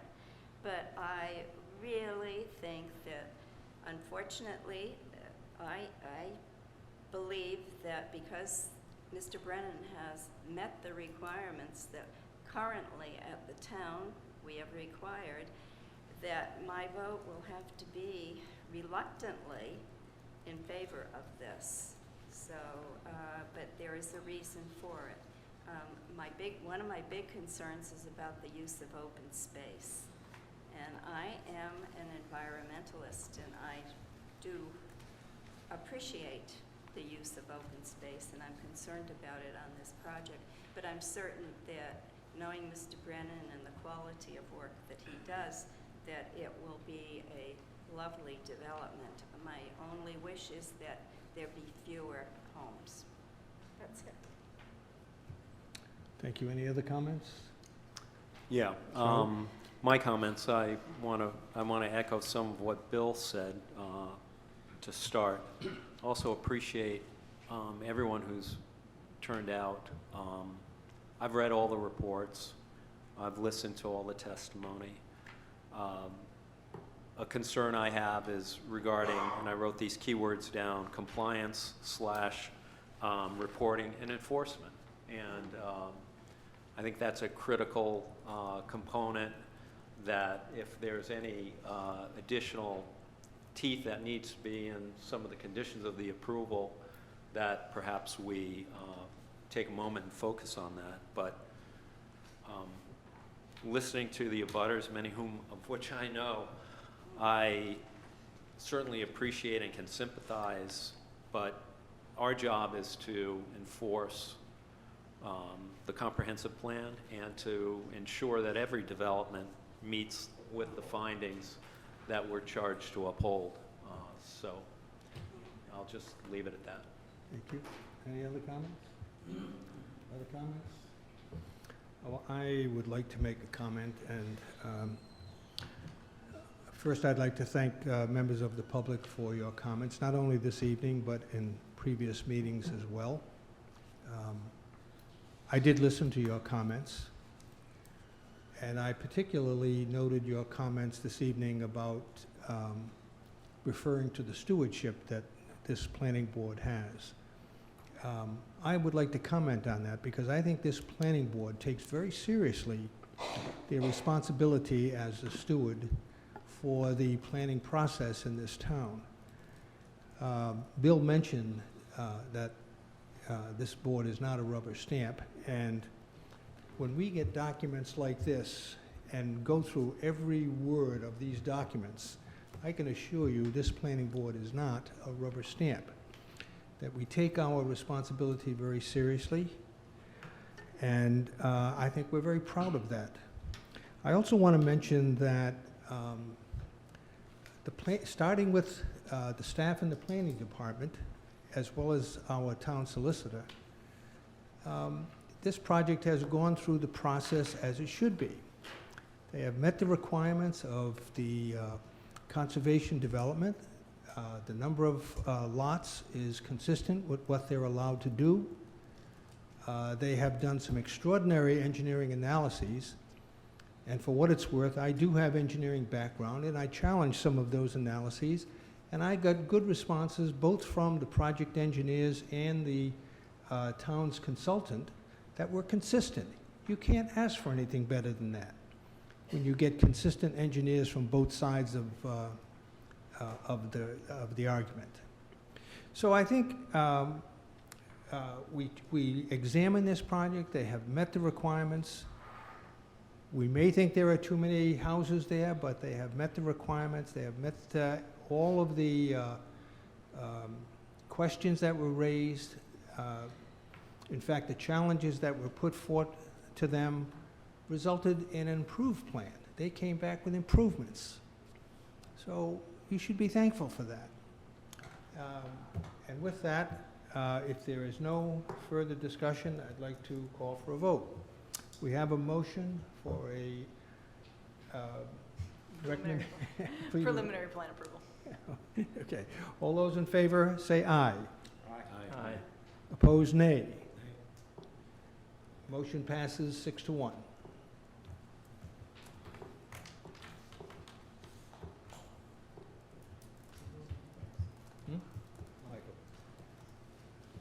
The next item on the agenda is item 4D.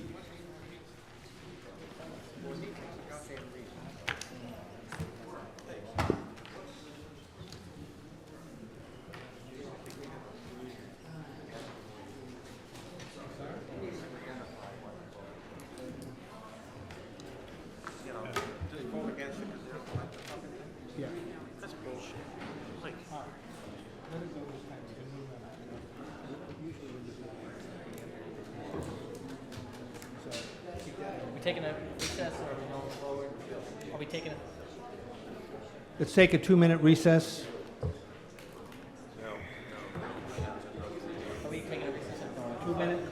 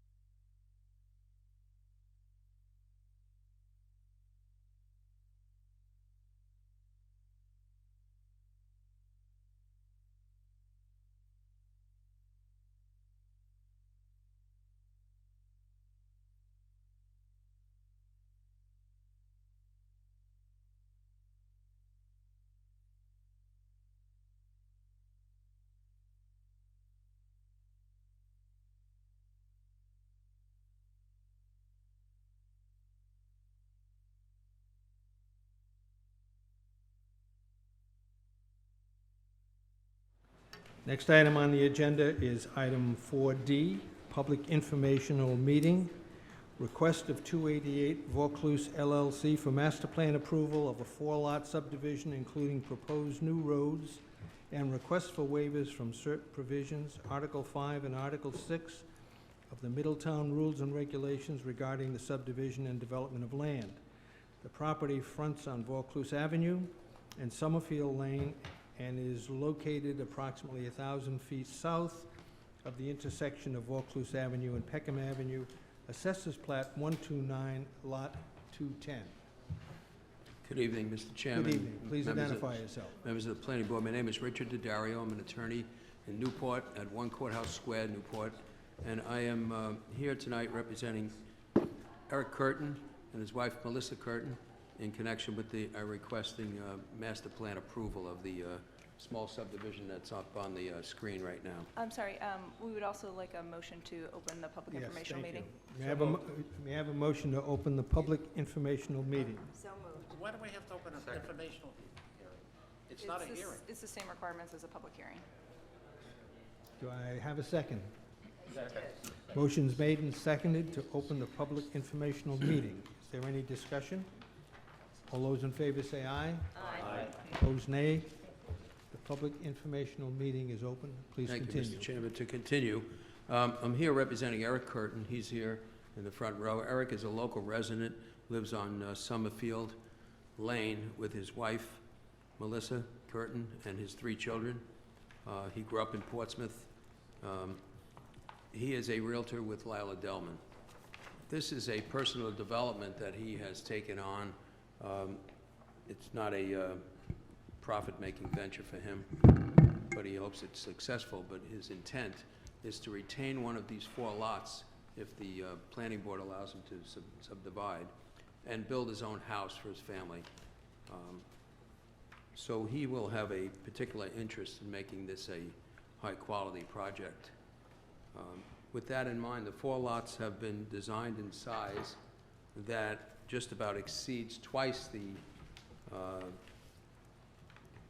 minimum square footage required in an R40 zone. Almost all of them are 2 acres or greater. So this is not a high-density development. It's not a development designed to maximize profit. It's designed to provide plenty of space for each of the houses, and as I said, it'll be a high-quality project. So the applicant is seeking a waiver from the usual road requirements to allow for the access to the individual lots by driveways rather than a 50-foot wide road with a cul-de-sac. This will be more attractive, provide less paved surfaces, and since it is such a small subdivision, it's more practical than having 2 separate large cul-de-sacs just servicing 4 lots.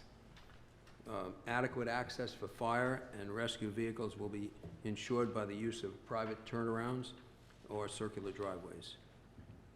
This plan is more in keeping with the comprehensive plan than having, he could have probably designed it so that there were as many as 8 lots.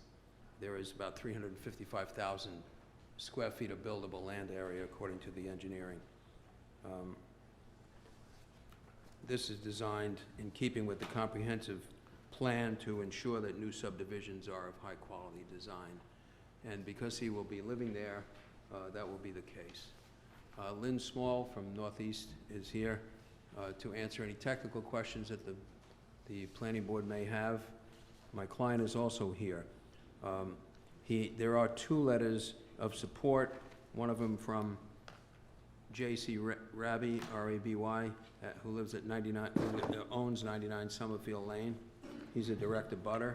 I'd like to submit that to the board.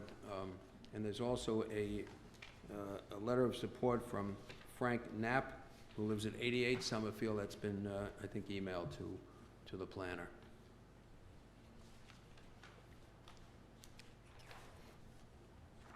Having said that, I think that basically is our presentation. I know that there's been a site review. There's been some discussion of this already.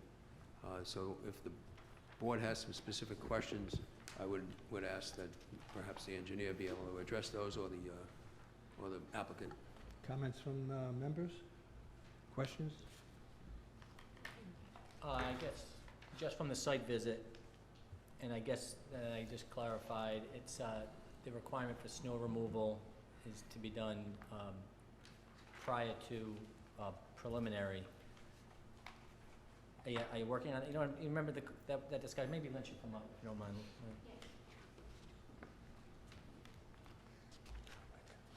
Lynn Small, Northeast Engineers. Thanks, Lynn. So if you, when we did the site visit, I guess that was one of the concerns, and actually wrong, I apologize, it was this TRC meeting, because I attended, I think Art did, we were at the TRC meeting, and there was a Yes. discussion on, at the end of Summerfield, making allowances for snow removal prior, and then now I see it's prior to preliminary plan. If the It TRC is. is okay with that, I'm okay with that, but I'm just curious if you've thought, and maybe you should make an identification on the plan.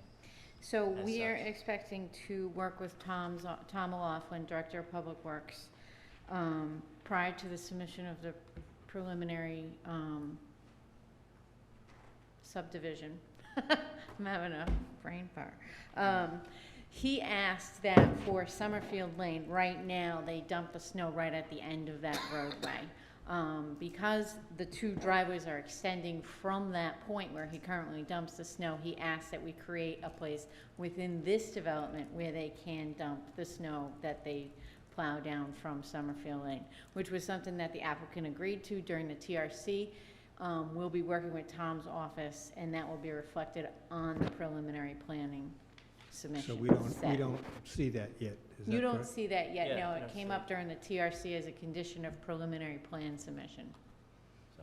So, assuming we make a motion to recommend approval, we just incorporate the TRC recommendations and, So this would be for master plan level right now, so. Right. so- There is no condition right now for snow removal. Recommended conditions of approval on the bottom of page 1 is, must depict a pavement extension from Summerfield Removal. Lane Yep, to got it. allow adequate snow removal. so, okay, so that would be the condition Yeah. to approve the master plan? yes. Yeah, okay, that's right, okay, thank you. My only other comment was originally, I think at the site visit was, and I see it now, it's clearer for me, when I was at the TRC, I'm in favor of not constructing the roadway, I support that. The two curb cuts on Valcluse, I'm okay with that as well. I guess it's just a little confusing seeing the driveways go on the property, or frankly, off the property and then back on the property. It just seems to be a little confusing. I would more prefer to see the driveways stay on the proposed right-of-way. I don't know, somewhere down the road in the future, if somebody wants to develop, it really doesn't matter to me, though. I just, that was my original thought. You follow me, Lynn, what I'm saying? I understand what you're saying. I think that's going, whether that become a condition of the approval, I'm not sure.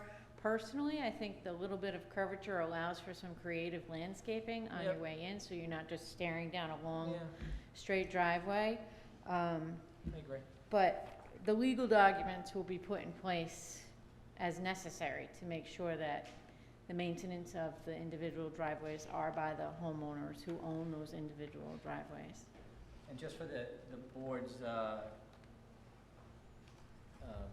where I got that from was seeing the plan, and it's actually sheet 4 of 8, with I guess the cultural resource trails that are out there. Those are going to be utilized as much as possible. I know you can't cut some of it because of wetland requirements, and you're gonna lose some of it, and some of it's overgrown as we speak. But the one more up on Valcluse Avenue, where you enter the subdivision, at some point, I mean, clearly that crosses over an existing property. I don't have too much of a problem, but that's what kind of made me think. A lot of crossover and easements are going to have to be granted. You know, people are going to use the trails by default that they've always used.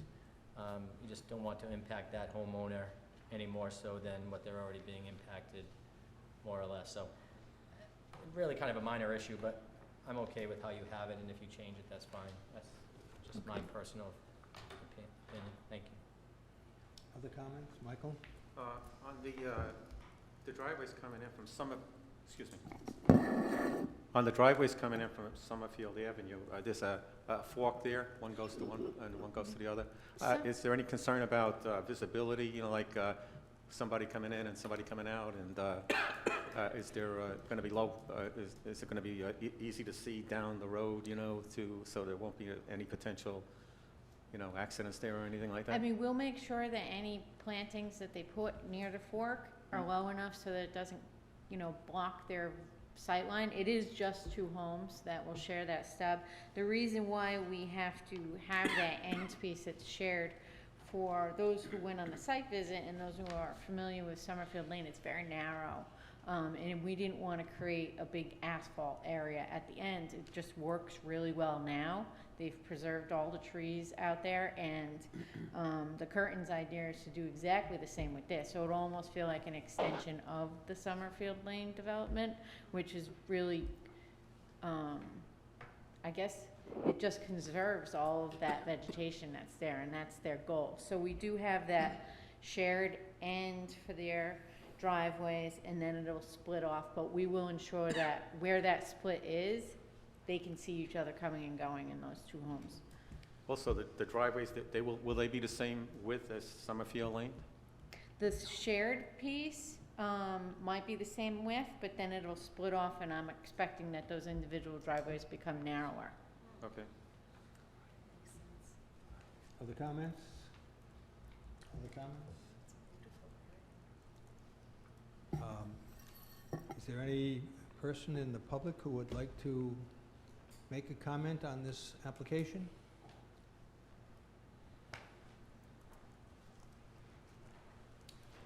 Hi, Mike Kozinski. I think this is great. We got a big piece of land. He's only putting 4 houses on it. I love it. Can't say anything more positive about it, so hope it goes through with flying colors. Thank you. Anyone else who would like to speak? May I have a motion to close the public informational meeting? Second. Motion's made and seconded to close the public informational meeting. Is there any discussion? All those in favor say aye. Aye. Opposed, nay. The public informational meeting is closed. May I have a motion for a favorable recommendation, subject to all the conditions of the TRC? So moved. This is a motion for master plan Master approval. plan approval, yes, right. Master plan approval. So moved. The motion is made. Do I have a second? Second. Motion's made and seconded. Is there any discussion? Just clarify the 6 conditions, right, Rita? That's correct, 6 conditions. And 1 requested And the 1 waiver. And the 1 waiver. Any comments from members of the board? I'd just like to make a comment that this plan is clearly superior to the plan that had been submitted earlier, and I appreciate the design that was submitted. I don't have any problems supporting this. We'll take a vote. All those in favor say aye. Aye. Opposed, nay. Motion passes.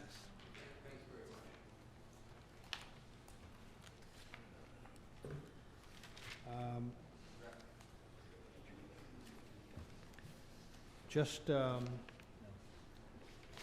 everyone's information, I will be moving items 5A, 5B, and 5C forward, but before I do that, I would like to take 2 minutes to have the members of the board look at item 4E, review the revised draft ordinance for possible creation of incentive programs to promote preservation of historical buildings and resources. The planning department put forth an idea that perhaps at our next meeting, that would be the October 9th meeting, we start a half hour earlier and consider this item first on the agenda so that we could have some additional discussion and act on this before the regular meeting starts. I'm open to any views the members of the board have on this idea. In other words, we would start the meeting at 5:30. The first agenda item would be this item on preservation of historical resources. Sure. And then we would move on to the regular agenda. How do people feel? Fine. Fine? Fine? All I do right. my best. I'm going to be traveling that day, but I'll do my best to get back for All right. 6, 5:30. Let's do that, Rita. All right, now we will move items 5A, 5B, and 5C up on the agenda. Item 5A. A public hearing. Request of Ocean Point Christian Church for waivers from certain design standards of the Middletown Rules and Regulations regarding the subdivision and development of land, Section 521, for proposed renovation of an existing commercial building located at 66 Valley Road, Assessors Plat 113, Lot 19B. Please identify yourself and proceed. Hello, Dan Herkenrother. I'm from Herkworks Architecture. And just want to bring back kind of what we're doing here to the building. I guess you guys know this building well, the old Newport Athletic Club. It was built in the 80s. It's a flat roof building. It has a metal clad skin. It's metal framed, and it's surrounded by a lot of buildings of the same construction. Because the metal framing is tied to the structure, we're keeping that in place, and we're cladding that with 1x6 painted PVC boards, and the lower panels are going to be 4x8 paneled PVC sheets. So we're essentially cladding the Blue Monster in this new 1x6 PVC painted boards. And they're going to be painted shades of brown to kind of bring a little bit more natural look to the building. The siding you can see is on the front 3 sides. We'll be painting the rest of the building to get rid of the blue color. And we're bringing the building currently steps out, so we're going to be padding out the bottom piece to bring it level on both sides. Is that your presentation? Comments from the board? I've got to tell you, I have a lot of sympathy for you, but I can't support this particular waiver for several reasons. This board for a long time has labored to create opportunities of when we have buildings being redone or refurbished or whatever we do to them, they have some kind of a New England flavor. And I got to tell you, that might work down in Tucson, Arizona, but it's not going to work for me. I mean, that's a very important corner with a high visibility and a lot of cars that go by every day. So I know you got a problem with the building you inherited or bought, but I just can't go with this. It's too radical for me, and plus you need a waiver for the materials, which I'm not going to buy into. Other comments? BJ? I agree with Art. Yeah, I feel the same way. This just doesn't fit in what we're looking for on that corner. I can't support that kind of a waiver either. Michael? Have you considered any other design options besides this one? Have you, knowing the... Yeah, we worked with the church to kind of bring the feel of what they've had at the previous space, so it kind of works with the design that they like.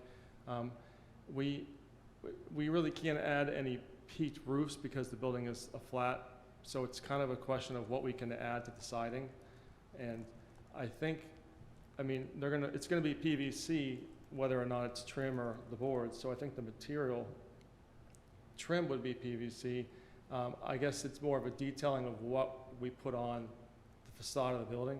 Seems like that might be more of what's at stake here, because putting on like a peaked roof on this building would be impossible due to the size of it, and we don't want to really have anything sticking out. It's already a pretty large building. So the question, I guess, would be as what we can clad the existing building with, because the metal siding of the building is attached to the frame itself. So we have to use that as our base to build off of. But this was mostly just designed with the church in mind and the look of what they have had success with at their current space. So we're willing to take into different looks. We didn't realize it was that radical, and we thought the rest of the buildings in the area were kind of all of a similar scale, massing and shape to this building. Respectfully, not Wendy's. Wendy's was just redone, and if you take a look at that, that's what we're looking at. I mean, yeah. You know, so that's right next door. Which is your neighbor, yes, right. That's correct, yes, and that's got the Art. different material changes to this. Well, it's not gonna look like St. Columbus, no matter what happens. We would propose, if we deny this particular application, to look at some options that might work for you and work for us. We're anxious for you to be settled and doing what you need to do. There's no problem with that. But we've got to come to a middle place where it doesn't look exactly like that, and we've got maybe different materials. I know it's maybe if you can break up I'm not an architect, so I don't even know what I'm talking about. Just to maybe break up the flat lines and maybe there's some way to So do that. maybe a good example that you might look at is more recently, further down the road here with Napa. Napa, yeah. They did some changes and we worked with them. And that might work on this building. It's a similar building. Yeah. Similar style, maybe different colors. That breaks it up like Art just said. I think that might be a good direction. Yeah. Okay, so moving forward, would we come back to the same meeting, or would there be same? Here's what we have to do tonight. You would have to request a continuance of this particular item. Because if you stay with the application tonight, and we're gonna veto it, you can probably tell. Correct. It doesn't solve anybody's problem. So what you would do is request a continuance, perhaps come in a couple of weeks and drop some things off, some ideas at the planner's office, and the planning board members can come by and take a look at that and see if we're making progress or if we need something else. I encourage you to work with the planning department. They can give you examples of different features that you could install. Yeah, and we don't want you to reinvent the wheel here, but that's just a little more radical, I think, than we would like to see. It just doesn't fit in with, radical. doesn't fit in with the, I mean that respectfully. I mean, read the ordinance, read the comprehensive plan. It doesn't fit in with the New England style architecture that they require. Okay. So, are you willing to request a continuance? Yes, of course, please. Yes, and we'll Okay. meet with the planning department over the next weeks, and then hopefully by the next hearing, we can come back with what we've shown them. And would you want to come back with just one option, or would you guys want to see the multiple options too? If you come back with options, we'd be happy to give you feedback on preferable preferences. Sure, okay, because there's a lot of ways to go, obviously. Of course but there we'll- is. Sure. We'll get some direction first on Options that are too. good. Sure. And the best thing is when you get to developments, drop them off in the planning office. Yeah. And that way, all of us can come by and take a look at it Sure. and give you a little bit of, Sure, yeah, we're on the right track. okay, Work closely with them. They'll help you. okay, that's great, yeah, Okay. appreciate it. May I have a motion to continue this item? I'll make a motion to continue the item to the October 9 planning board. Well, when do you want to come back? You may not want it on the October 9th agenda, or do we have to put it on the October 9th agenda? No, we don't have to, right? So, do you want a certain period of time? Yeah, I don't need, I mean, this is important for us, so I'd like to get it on the next month, and All I'll be right. there tomorrow, probably, Okay, with may I have options. the motion to continue to October 9th. Motion made to continue that till October 9th. Second. Motion's made and seconded to continue this item to the October 9th meeting. Is there any discussion? All those in favor say aye. Aye. Opposed, nay. The item is continued. Thank you very much. The next item is 5B. This is a public hearing. Make a motion to open the public hearing? Hold on a second. Public hearing for Ocean Point Church remains open, is that correct? Yes, It remains open. yes. So we didn't close it, Yeah, you didn't close so it. it remains open, which is what we want. Yeah, okay.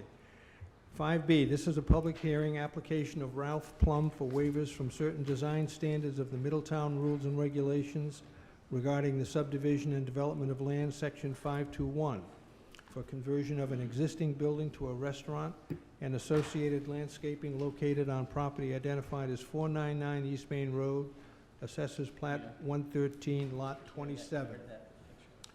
Please identify yourself I'm Ralph Plum. and state your application. My State your application. request. What's that? State your request. My requests are concerning a few things. One is revision to the landscape plan. Number two, a revision Yeah. to handicap access. Hang on a second. Hold on a second. May I have a motion to open the public hearing? Motion made. Second. Motion's made and seconded. All in favor? Aye. Aye. Opposed? Public hearing is open. Please proceed. Sorry. Thanks. Start again? Is that- Yeah, All right. sure. Yeah, my name's Ralph Plum again. Couple things. Number one, a revision to the landscape plan. Number two, a revision to handicap access to the building. And then number three, a waiver for design standards for the Middletown Rules and Regulations regarding windows. First, regarding the landscaping. So first, execution-wise, on my end, there were some issues, meaning through the process from planning to landscape architect to engineer to being in front of the board, I take responsibility for that. Certainly wasn't trying to hide anything from the board or deviate from it. I mean, the building's right there. You know, I got a couple calls from Jack and was made aware of a couple things, and so I take responsibility for it. Ultimately, it falls on me. So I apologize for having to be back here in this format. But regarding the trees, a couple of them were dead, and we took them down, but a couple more got taken down. So there was a total of 5 trees that were taken down that the original landscape plan had to remain, and then the hedge, my intent was to have that replaced between iterations of plans, between what was talked about between our regular engineer, site engineer, to our landscape architect, to the transfer over of plans. My intent was to always replace that. However, the plan did not reflect that. And again, that's my oversight personally. That's my fault. I don't know any other way to say it than that. Regarding the hedge that's on the Aquidneck Ave side of the property. So there's a revision of the landscape plan. I'm prepared to do whatever is wanted to remedy that situation. The plan was never to take down trees and not replace them or have a lack of landscaping, I guess. That was not the intent. It was a mistake on, again, execution on my part. So the new plan that was submitted, along with, I saw the recommendation from the tree commission, I'm fine with doing all of that. Yeah, so that would be my request, is to execute the new landscape plan, as well as including the letter and recommendations exactly as laid out by the tree commission. Comments? I really have a problem with this, and I'll tell you why.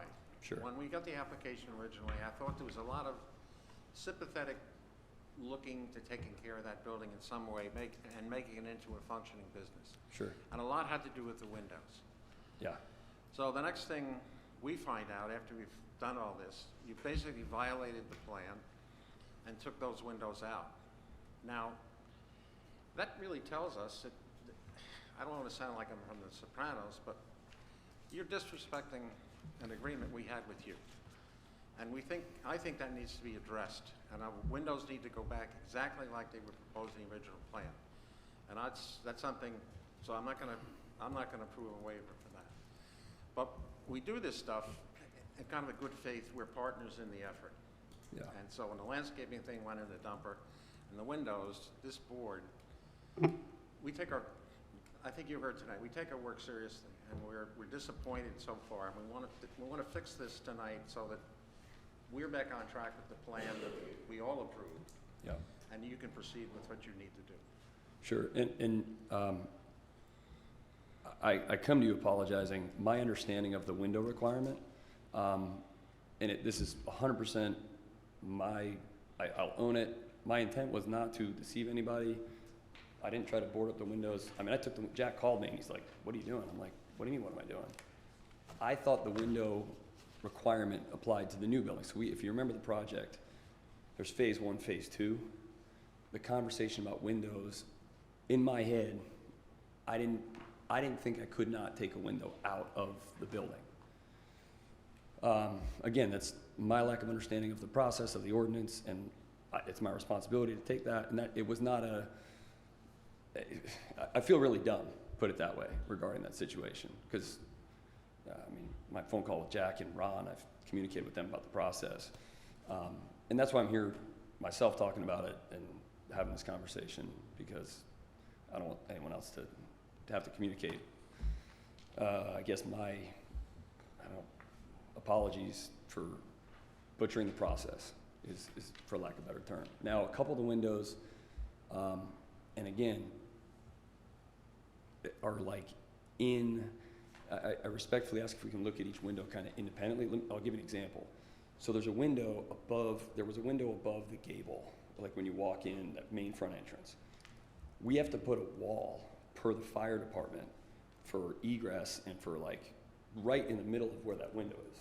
So the reason for me taking that window out was as we execute the building process on the plan, when we had to adjust for the fire department to get approval from the fire department, there's back and forth with the building permit application process with the fire department, with Jack and Peter Medeiros.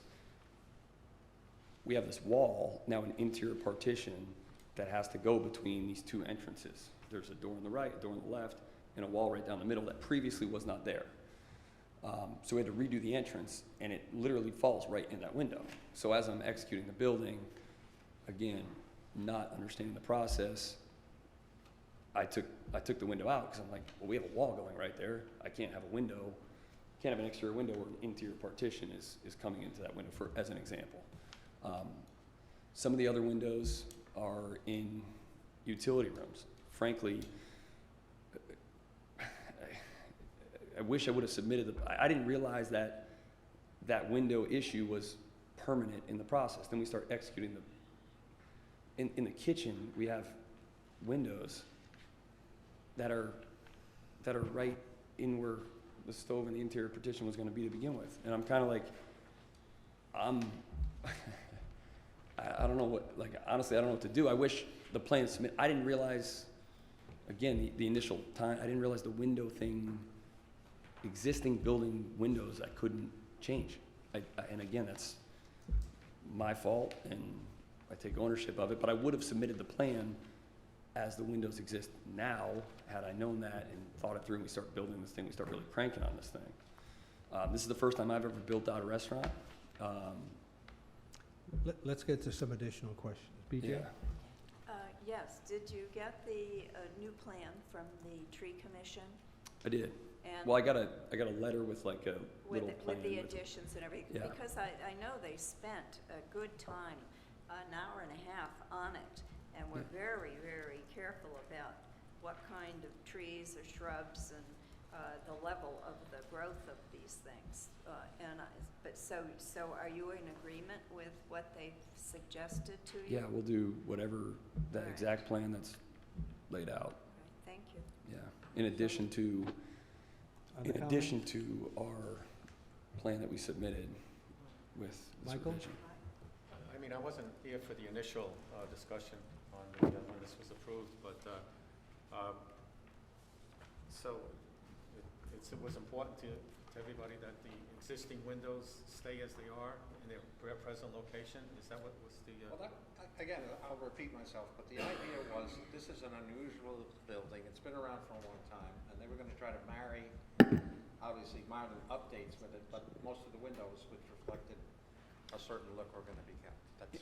Yeah, if you look at the original floor plan that was submitted, like where the kitchen equipment was, there was a window, like, again, I don't know how to explain this, but I wasn't trying to hide anything. I wasn't trying to, I would have submitted that to begin with, I guess is my point. Like, there's a couple windows that I want to put windows in, but I'm also at the point where I'm taking this building in 1930, and it is an old building, and there is a ton of work going in this thing, and I'm trying to make this thing sing, man. We have 3 new ADA bathrooms. There's 2 windows in ADA bathrooms. That's like. Well, here's what. Hold on. Bill was next. I'll defer to Art, Okay. and then maybe. All right. Here's what should have happened. Yeah. A more detailed plan up front 100%. that was realistic with what was there and what you needed to do. And then everybody's not saying, oh, look, these are all windows. Because some of them what you said makes sense. But we didn't have that. We had all the windows. And I feel, again, really, really silly about it, to to be. So, Okay, Bill and then Joe.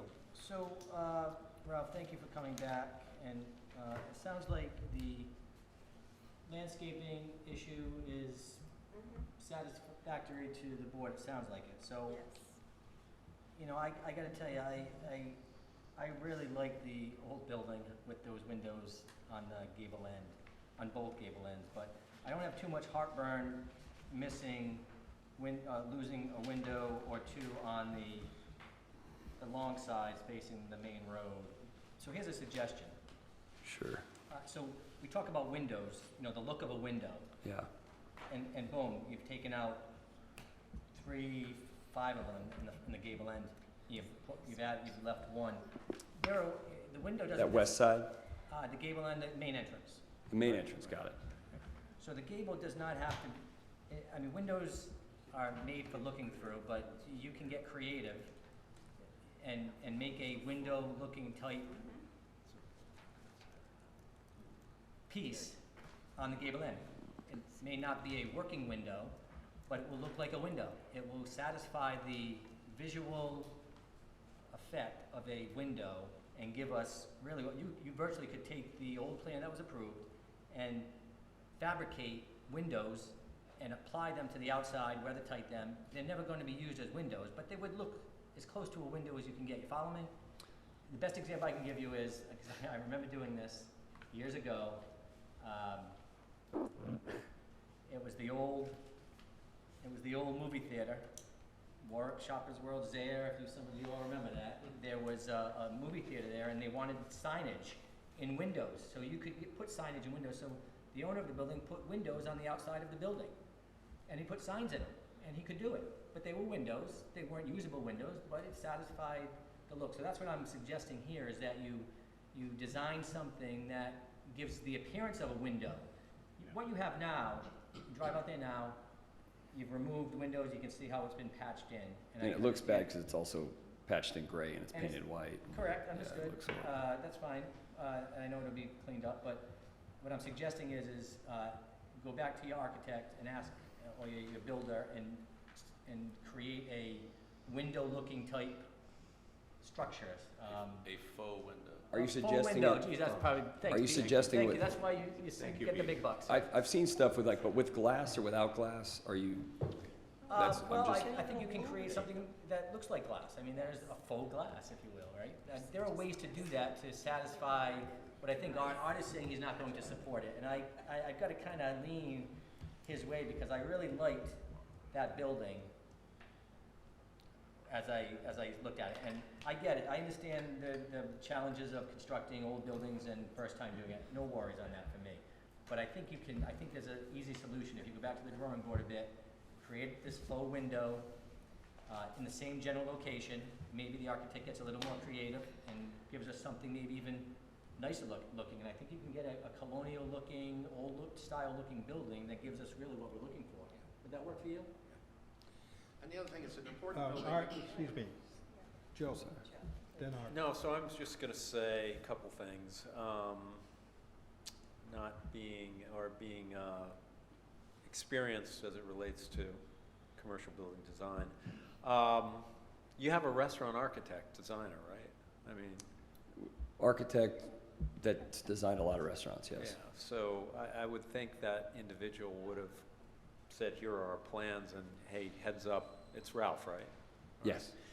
Heads up, Ralph, you've got 2 windows in your kitchen where you're going to have stoves, and that just doesn't really work. But be that as it may, right? So I'm not here to scold anybody, but you know, as Bill mentioned, there's a Walmart at Wickford Junction.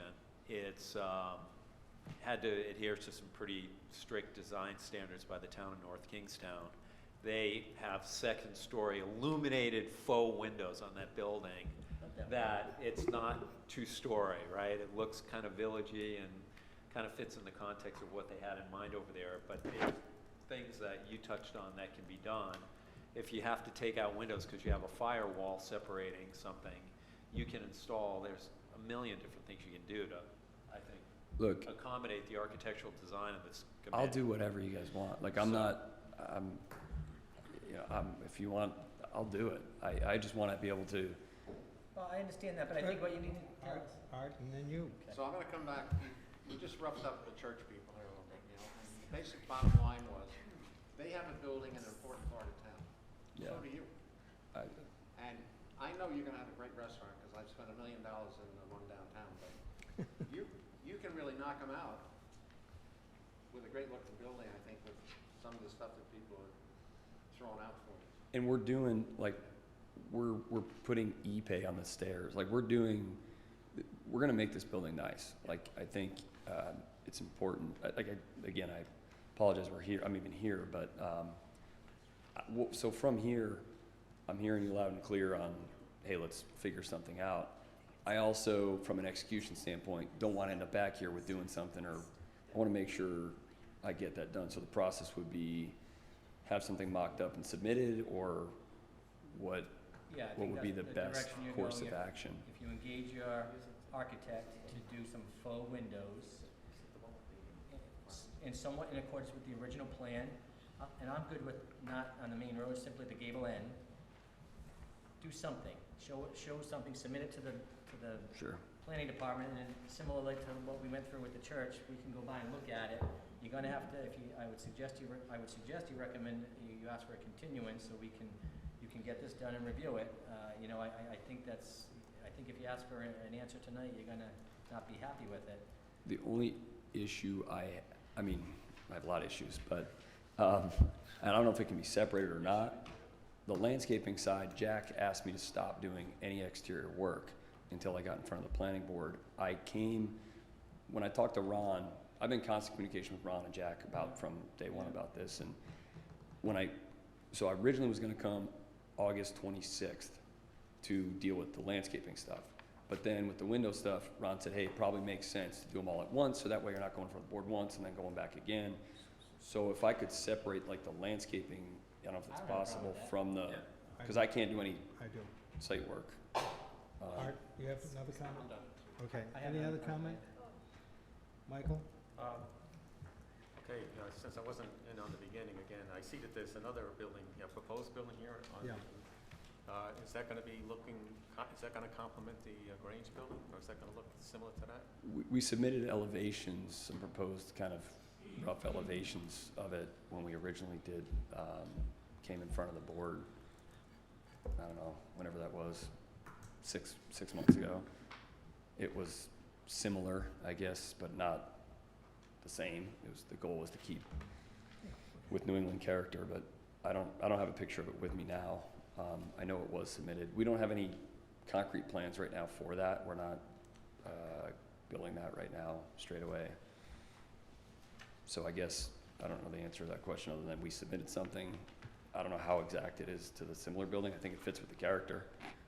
I think when we submitted it, I feel like the board was positive about the design of that. But Bill? Ralph, one other kind of a housekeeping thing that I was pretty hard on, if you remember, on the original, was condition approval number 2, traffic calming measures intended to deter cut-through traffic, because I still maintain that's going to be a cut-through by default. I'm going to be the first one to do it. And then, you know, you submit the revised permit set plan, and there's no traffic calming measures, so I would please figure that out. It includes signage, it includes something. We're not telling you what, but you agreed to that in the previous approval. I really think we need some traffic calming measures there. And I'll leave it up to you to propose it, but I'd like to see you put it on the plan. our plan was to put in like speed humps. That's what I think is. And that was the plan we were, Okay, but it's not in the plan, Yeah. You know, it's a revised permit set for tonight's meeting, landscape, I know it's landscape, but it should be in here with signage too, because it will be a cut-through, until people realize it's not as Gotcha. easy as it looks. and frankly, one of the things that has been part of this process, just better organizing the 14 people that are submitting plans and having all iterations kind of in one spot. But yeah, it's been a learning lesson. Developers fun. Other comment? No, I was John? just gonna say, to address Bill's concern, you know, I mean, it takes me a nanosecond to look at this and say that, you know, you'd put some sort of you're gonna have eventually 2 buildings there. So you put almost a raised pedestrian crosswalk in the middle of your parking lot, which acts as like a speed bump. It promotes safe crossing between buildings ultimately when you have two, but if Bill's gonna go through there at 40 miles an hour, he's gonna need a new alignment on his car. So that's like very simple, and it starts to address the concerns about traffic calming. No one's gonna go flying through there. Yeah. So they're gonna have to slow down and potentially Well, they'll try. stop. And I'll try until I go 40 miles an hour and hit a speed bump, and then all hell breaks loose. And I think the good thing about that is our Other intent, comments? we don't want that either. Like, we don't, I'd like to make my comments. I'm afraid I'm not going to be as forgiving as my colleagues, because you came before this board and introduced your project by saying you wanted to preserve this building. And you've done everything just the opposite. You started off by removing the trees that you said you would keep there, and now you've removed the windows that added the character to the building.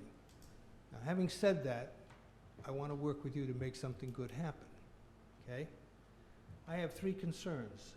The landscaping, which is taken care of with the tree commission, putting forth their plan, which you say you're willing to follow through on. Secondly are the windows, and I hope we can go back to the original plan as far as the windows are concerned, and you can solve your interior problems however you need to. My third question is, why did you change the handicap ramp? really simple. As we started thinking about it more and putting it in place, I actually talked to my dad, and he's the one that kind of came up with it as well. We used to have a ramp going from the first floor at the existing restaurant up to the second floor.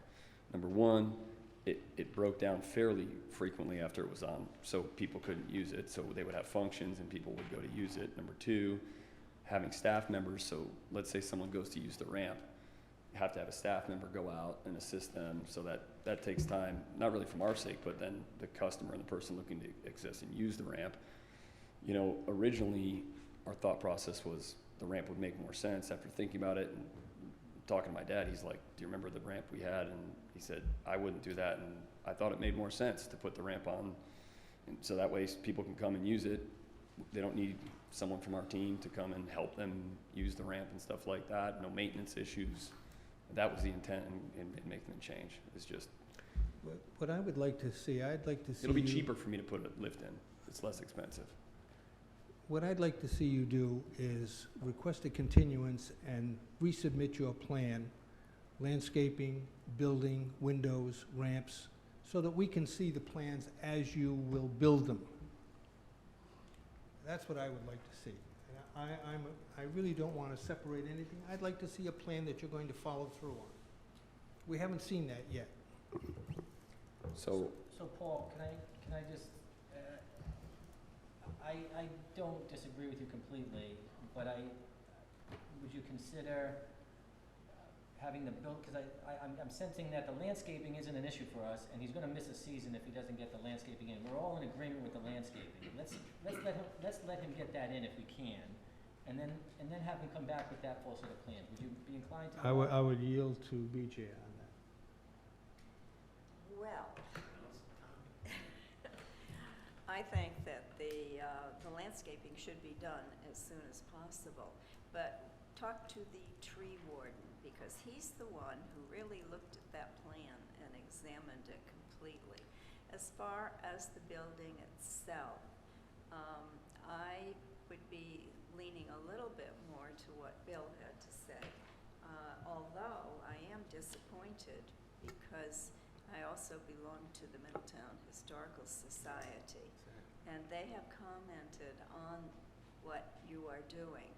You're very visible, and everyone goes by, and everyone asks, for example, who cut down all the trees and everything. That was immediate. I was down at Town Hall on Tuesday morning, I think it was. I was down here at 8:30 in the morning. Of course, they couldn't find too many people in their office to complain to because the clear cutting had already been done.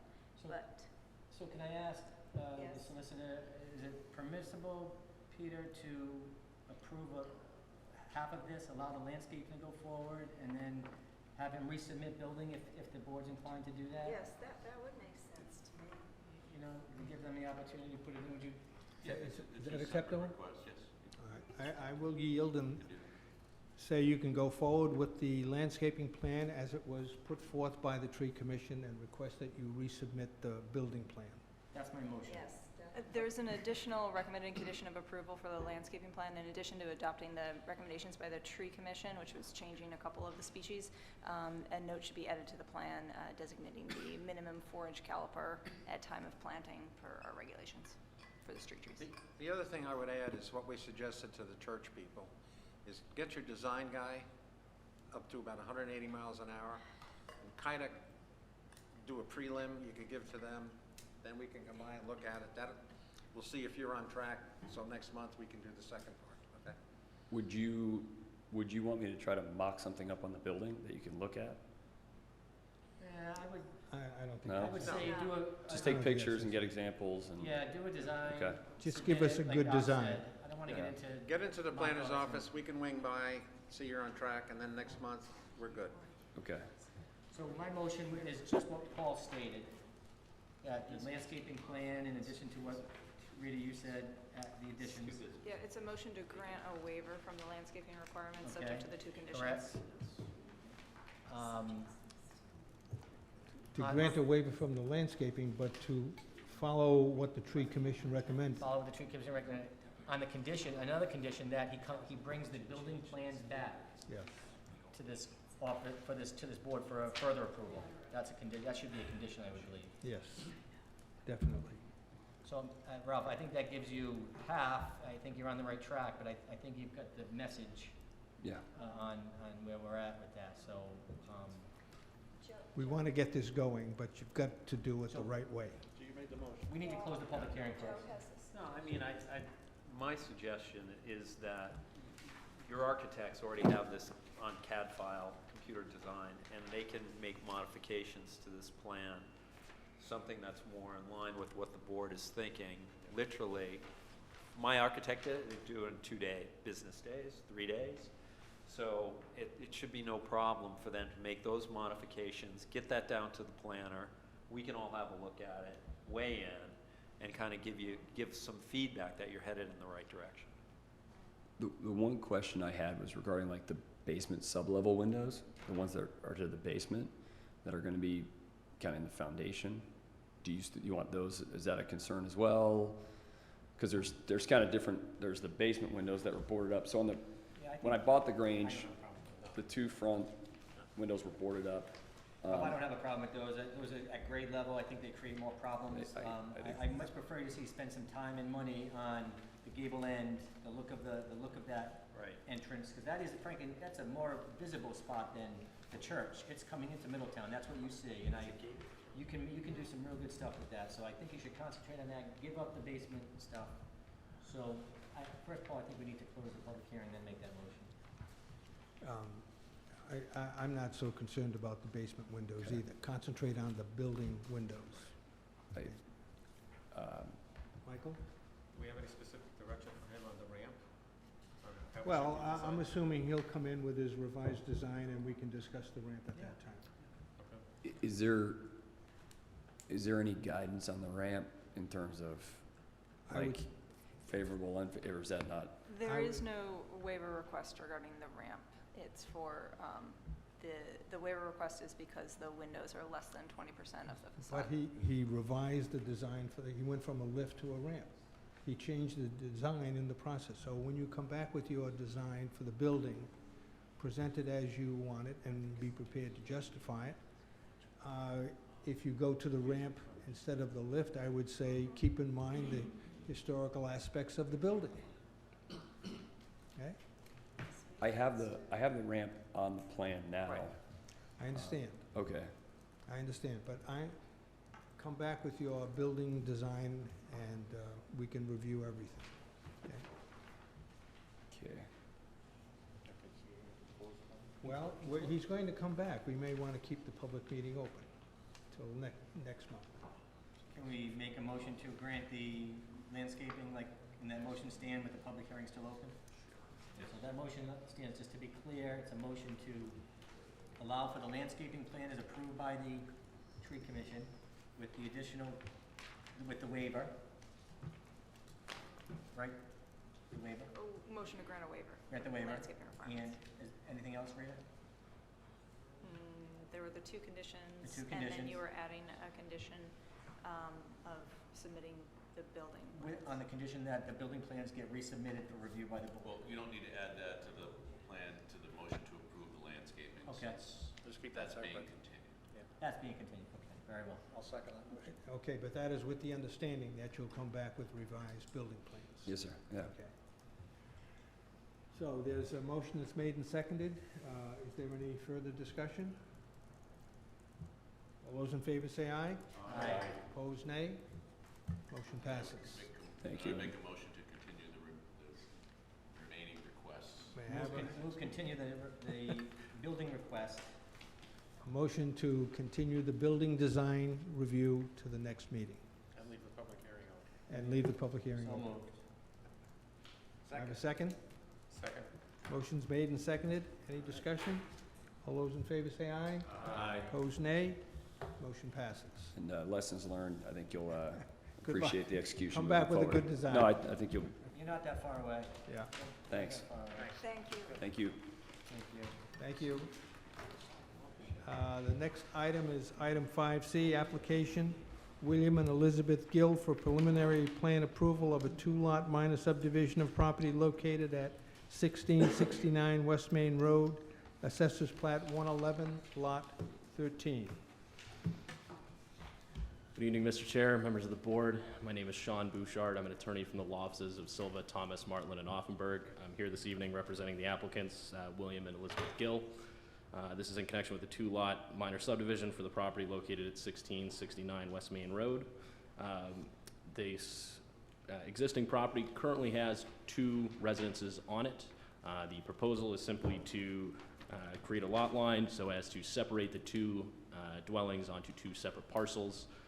In connection with this proposed subdivision, there will be zoning relief required. We have filed for that zoning relief. That's why we're only here tonight for a preliminary plan and not preliminary and final, as we will need this to go to zoning, receive the necessary zoning approvals before being able to have a final plan and ultimately move forward with recording. The proposal itself will result in the two lots. One will be serviced via Thelma Lane, as currently exists. The other has its own curb cut on West Main Road, which again, it's all pre-existing.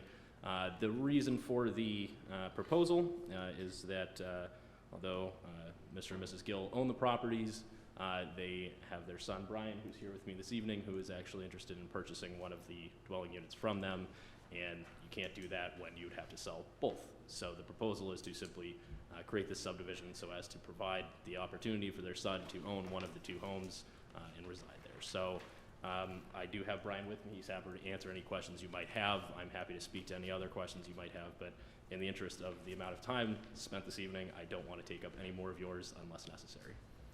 My understanding is that nothing is changing on the ground. All that's changing is a line on a piece of paper. That is exactly correct, yes. Okay. Comments from the board? Michael? When you do this, is there any issues related to the setbacks that have to be waived? So the, as is indicated in the staff report, there are a couple of zoning matters that are going to be addressed at the zoning board. The first would be the frontage issues related to the frontage on West Main Road, as it's required to have 100 feet. We will not meet that. It's going to be 92 and I believe 20 feet for the two parcels. Both of those have been requested. And in addition, since we're putting a line on a map, we are all of a sudden creating a rear yard setback issue for the existing shed on the front parcel, and so that will also need to be requested. All of those are going to be before the zoning board, at which point we will then hopefully receive their approval, which would allow us to come back for final plan at a later date. There's an existing garage on one of the lots there that goes over the line, right? So it's on the line. That is a pre-existing non-conforming and will not be required to obtain zoning relief. That was based on the interpretation for the zoning official. It's already there, but because we're creating the lot line in the middle, that creates a nonconformity for the front parcel, and so that will need zoning relief. So I've got a question. Hold on, are you done, Michael? All right, so both the entrances to properties will both be on Thelma Lane, right? No. No? One of them's on West Main Road? That's correct. And that's, again, already existing. The way these parcels are accessed will continue to be the same as has been the case historically. Okay, that's Thelma Lane. Where's the entrance to the property though? Correct. And if you look at the front lot, you'll see that there is the paved driveway wraps around the home on the other side away from Thelma Lane. That's the curb cut for that front parcel. Oh, okay. Is that curb cut already there? Okay. Art? Here's my question. I know we're going to provide approval for the preliminary plan. Are you also providing a advisory opinion to the zoning board for approval? Are we doing two things? Both The preliminary plan approval gets transmitted to the zoning board. automatically? Well, it gets recorded into the land evidence records, and we provide a copy to. Okay, so we don't have to provide two motions. Okay. But what we do is subject to zoning board approval, is that right? Yeah. It's a conditional. Right. Yeah. Any other comments from the board? May I have a motion for a favorable recommendation for this two-lot minor subdivision? Make a motion to provide favorable conditional approval for this application. How's that? Do I have a second? Second. With the condition, right? Motion is made and seconded, subject to all the conditions? One condition. Okay, it needs to get prior, zoning relief. Zoning approval. Oh, yeah. Yeah, it's a motion for preliminary plan approval, subject to zoning board approval prior Okay. to final plan. Any discussion? All those in favor say aye. Aye. Opposed, nay. Motion passes. Why can't they all be like that? Why can't they all be like that? Wait for the short ones at the end. Thank you.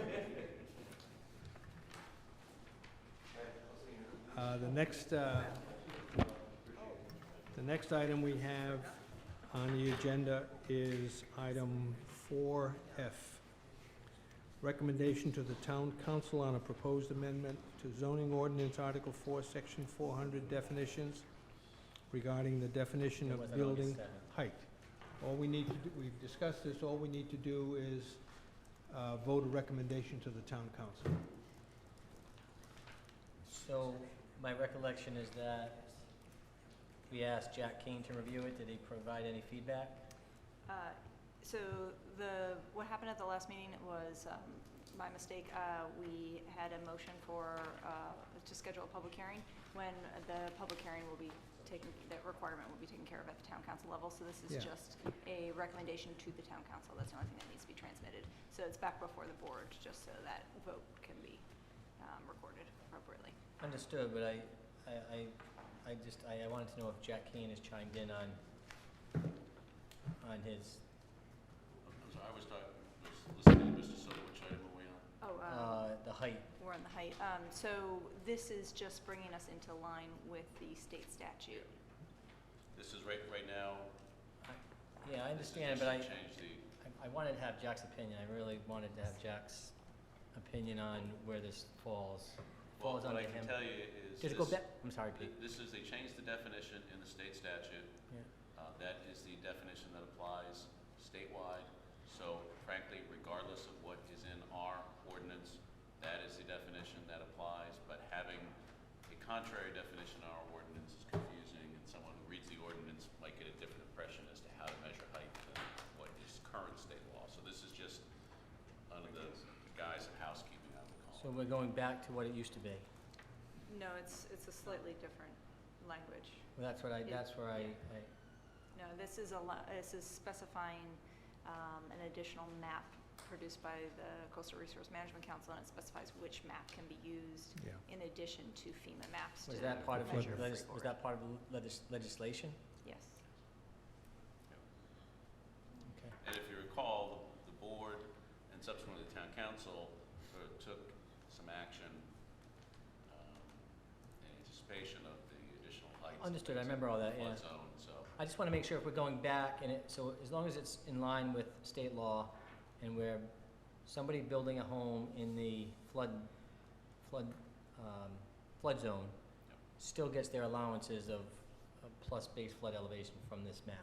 And that's how, And this would be exactly what the state law requires. And once again, frankly, you know, my position is that's the law, regardless of what our ordinance says, that's the law that no, I applies. agree with you, Peter, thank you. I remember how this all kind of played out, and I know the law, we changed it to address it, these monster structures, which we could have gotten, and we talked about that when we changed it the first time, then the law changed again, and it goes back to what the law says, which is better.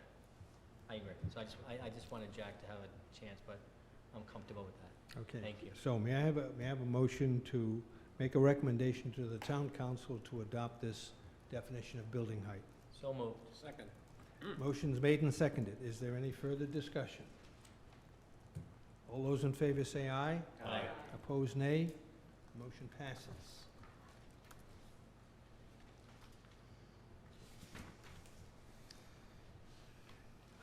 The next item on the agenda is 4G, and I will ask Rita to comment on that.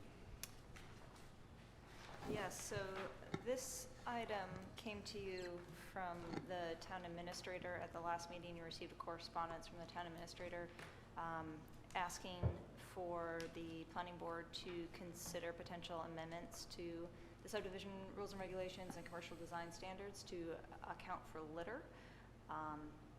The town administrator and the town council are already working on ordinance changes related to this, and the question before the board now is, would you think it's also appropriate to look at those changes to the subdivision rules and regulations? Something that could be looked at would be requiring that trash receptacles are put on commercial designs on the plans that are submitted, locations or management practices, or there's any number of things that could be looked at. So it's sort of a discussion by the board of whether this is the direction that you are interested in, and if you are, then to direct staff to pursue a certain direction. So I'm going to ask my question that I asked you before. Why is this coming before the planning board? Why doesn't the director of public works just do something? Because you're somewhat limited. If we don't right now have very detailed or broad or robust ordinances or rules and regulations when it comes to litter on the books. Right now, the council at the next meeting will be considering a new litter control ordinance, which has some provisions in there requiring owners of commercial property to, you know, keep their premises free of trash. So the town council is already considering an ordinance? They're considering that will be on the next docket, a litter control ordinance. One of the concerns is that litter gets, if a commercial property such as a drive-through, a convenience store, shopping center doesn't have adequate trash receptacles or litter receptacles, that litter gets generated on that property that then blows off or drifts off onto the street or onto other properties. So the idea here is to have some, as part of the approval process, Why is, to make why, sure. I don't understand why we're dealing with this. I mean, Well, they've asked us, Paul. They've asked us to look at it. I mean, whether well, it's us- Sean asked us to, the town council hasn't The asked. town council is making litter control in the town a priority. So this is coming to the board through the administrator from the council. in a roundabout way, I think. But I would think this would. Hold on a second. BJ has been seeking the floor. Yes. It came to my attention that at one time, a number of years ago, that the Public Works Department had an older gentleman who used to spend every day walking around the town and picking up trash. And that was his job, was litter control, and apparently he did a nice job. I don't know, this was just reported to me, but it's no longer done, and it was through Public Works. And it's not going to happen. What they're looking to do is to have some, as part of the commercial design review standards. process, is to say, you know, you've got to put a reasonable number of trash receptacles in this shopping center parking lot, and then make that part of the plan approval or condition of So there must be design, So something, you know, just to add it to the list of requirements. okay. There must be design standards that other towns use that we can frankly pirate from and at least review and look at, and I'm Yeah, inclined to. yeah, I But agree. you're really addressing the commercial side of the business, right? Yes. You're not gonna come down to my house and say my can's open. I haven't and been by crap's your falling house out. lately, but. I dump my trash in your lawn every day, you don't even notice it. Government overreach. But that's can- really all it is to make sure that businesses, that where trash gets generated. Do- Like do you- shopping do you- centers So they wanna will have to have have a certain amount of- Do you need the receptacles planning that board they- to do something tonight? If you could provide, I don't know, feedback on whether this is something you'd like to pursue, and if that is something you'd like to pursue. I mean, the staff will suggestion do it. to, find something that already exists and let us review it makes sense, but, That's all, I'm fine that with would that, take, that's as simple as that it would is. take another meeting. I think this is a very simple thing. I think you just maybe direct staff to come up with a proposal that you can review. That's great. At So- an upcoming meeting. all. and So I the think that only covers it. other So we don't piece have to of- do anything tonight. No, the only other piece of feedback I would offer is I would think that there are two general directions that could be gone with this, either requiring some type of litter maintenance plan or requiring actual receptacles, or Both. both. Go for the nine. Put go it for- in the Go for proposal. it all, go for it all, really, I mean, Put it in the that's what they want, proposal. you show us something, if it fits in, I'm inclined to look at it, I think it's not a bad idea frankly, but. All right. Is that okay with everyone? I Okay think, with everyone? yeah, you can go out and look at some other towns' things, Yeah. we can, like we do. Do you need a motion? Or just a request to No. do that? Yep, that's good. We're Okay, good. very good. Personal motion to it. Okay, moving on to updates. Any item 6A, any comments on 6A? Any comments on project status report, item 6A on the agenda? Any comments?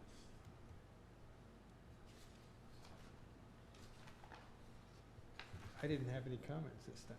Wow, that's impressive. So, that's good. Okay, so moving along.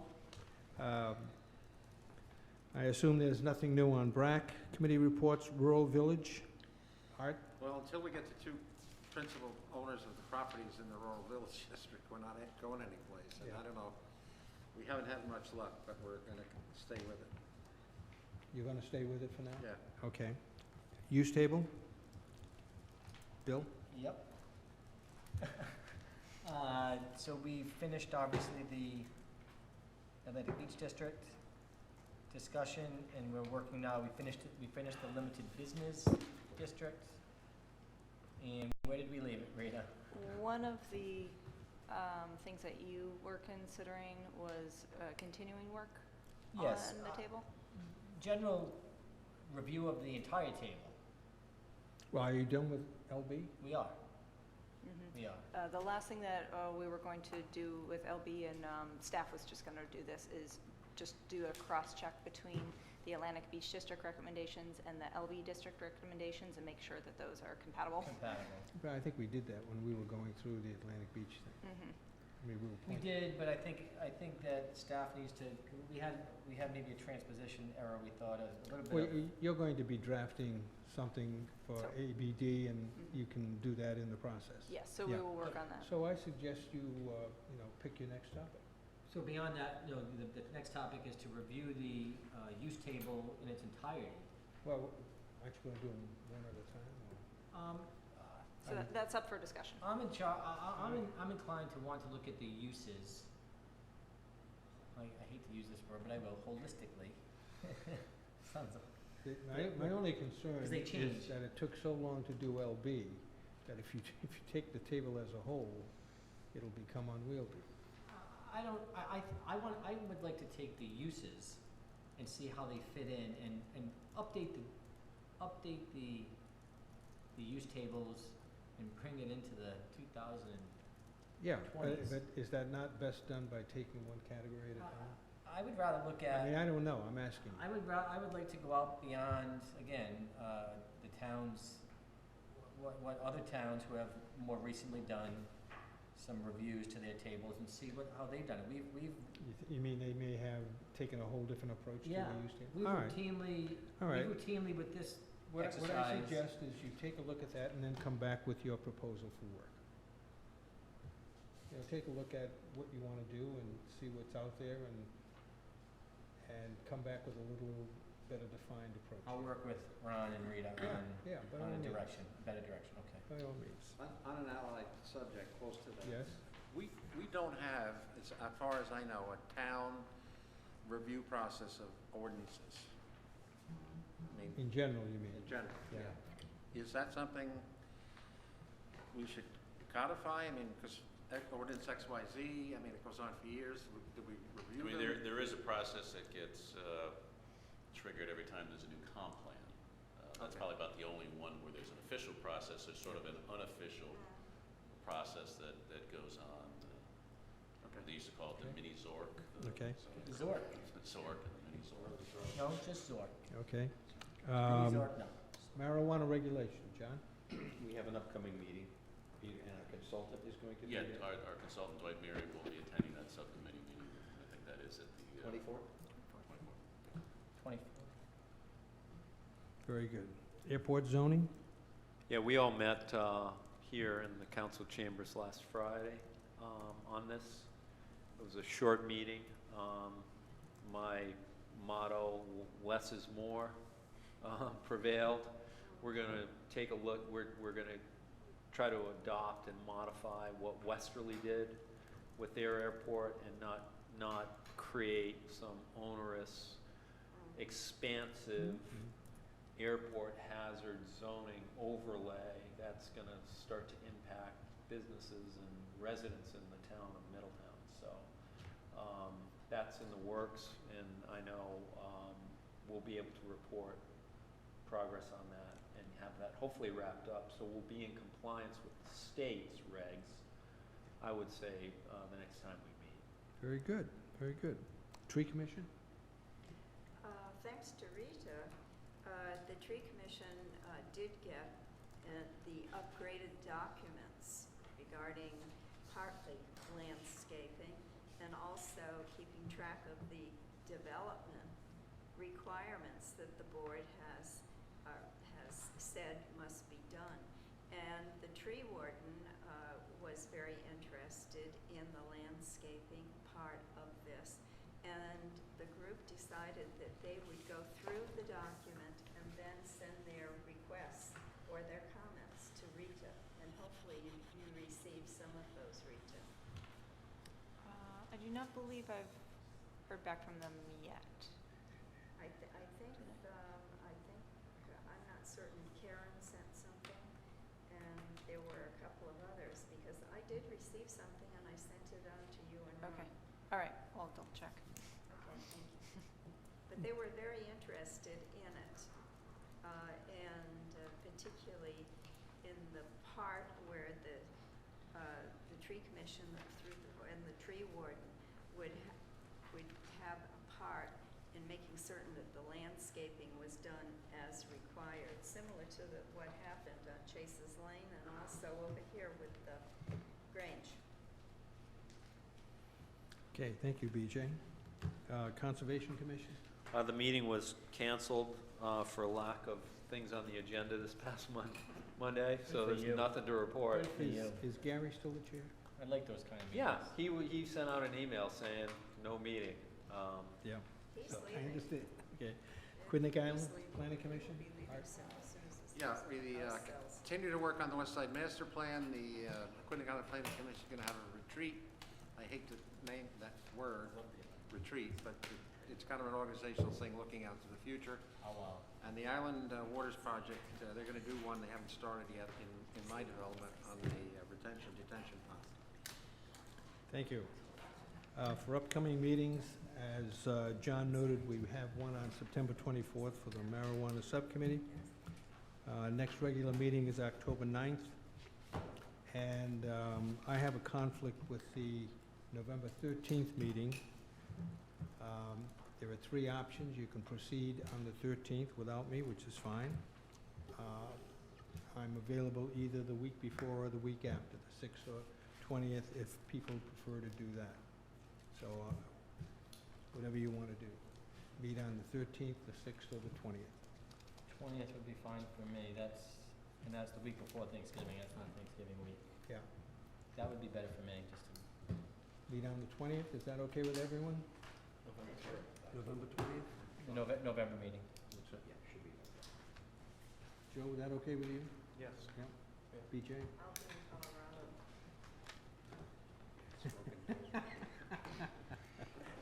In Boulder, maybe? Is that Oh, for that's the okay. marijuana subcommittee, BJ? Is that for the marijuana subcommittee?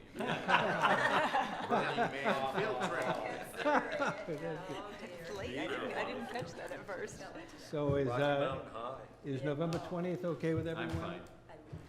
It's okay with me? Okay with everyone? Okay, November 20th. Okay. You have a motion to adjourn. So moved. Second. Motion's made and seconded to adjourn, all in favor? Aye. Opposed, nay? Thank you, Meeting is Rita adjourned. and Peter. Thank you. Ron, I hope you're watching this and feeling better. If he's watching this, he's not feeling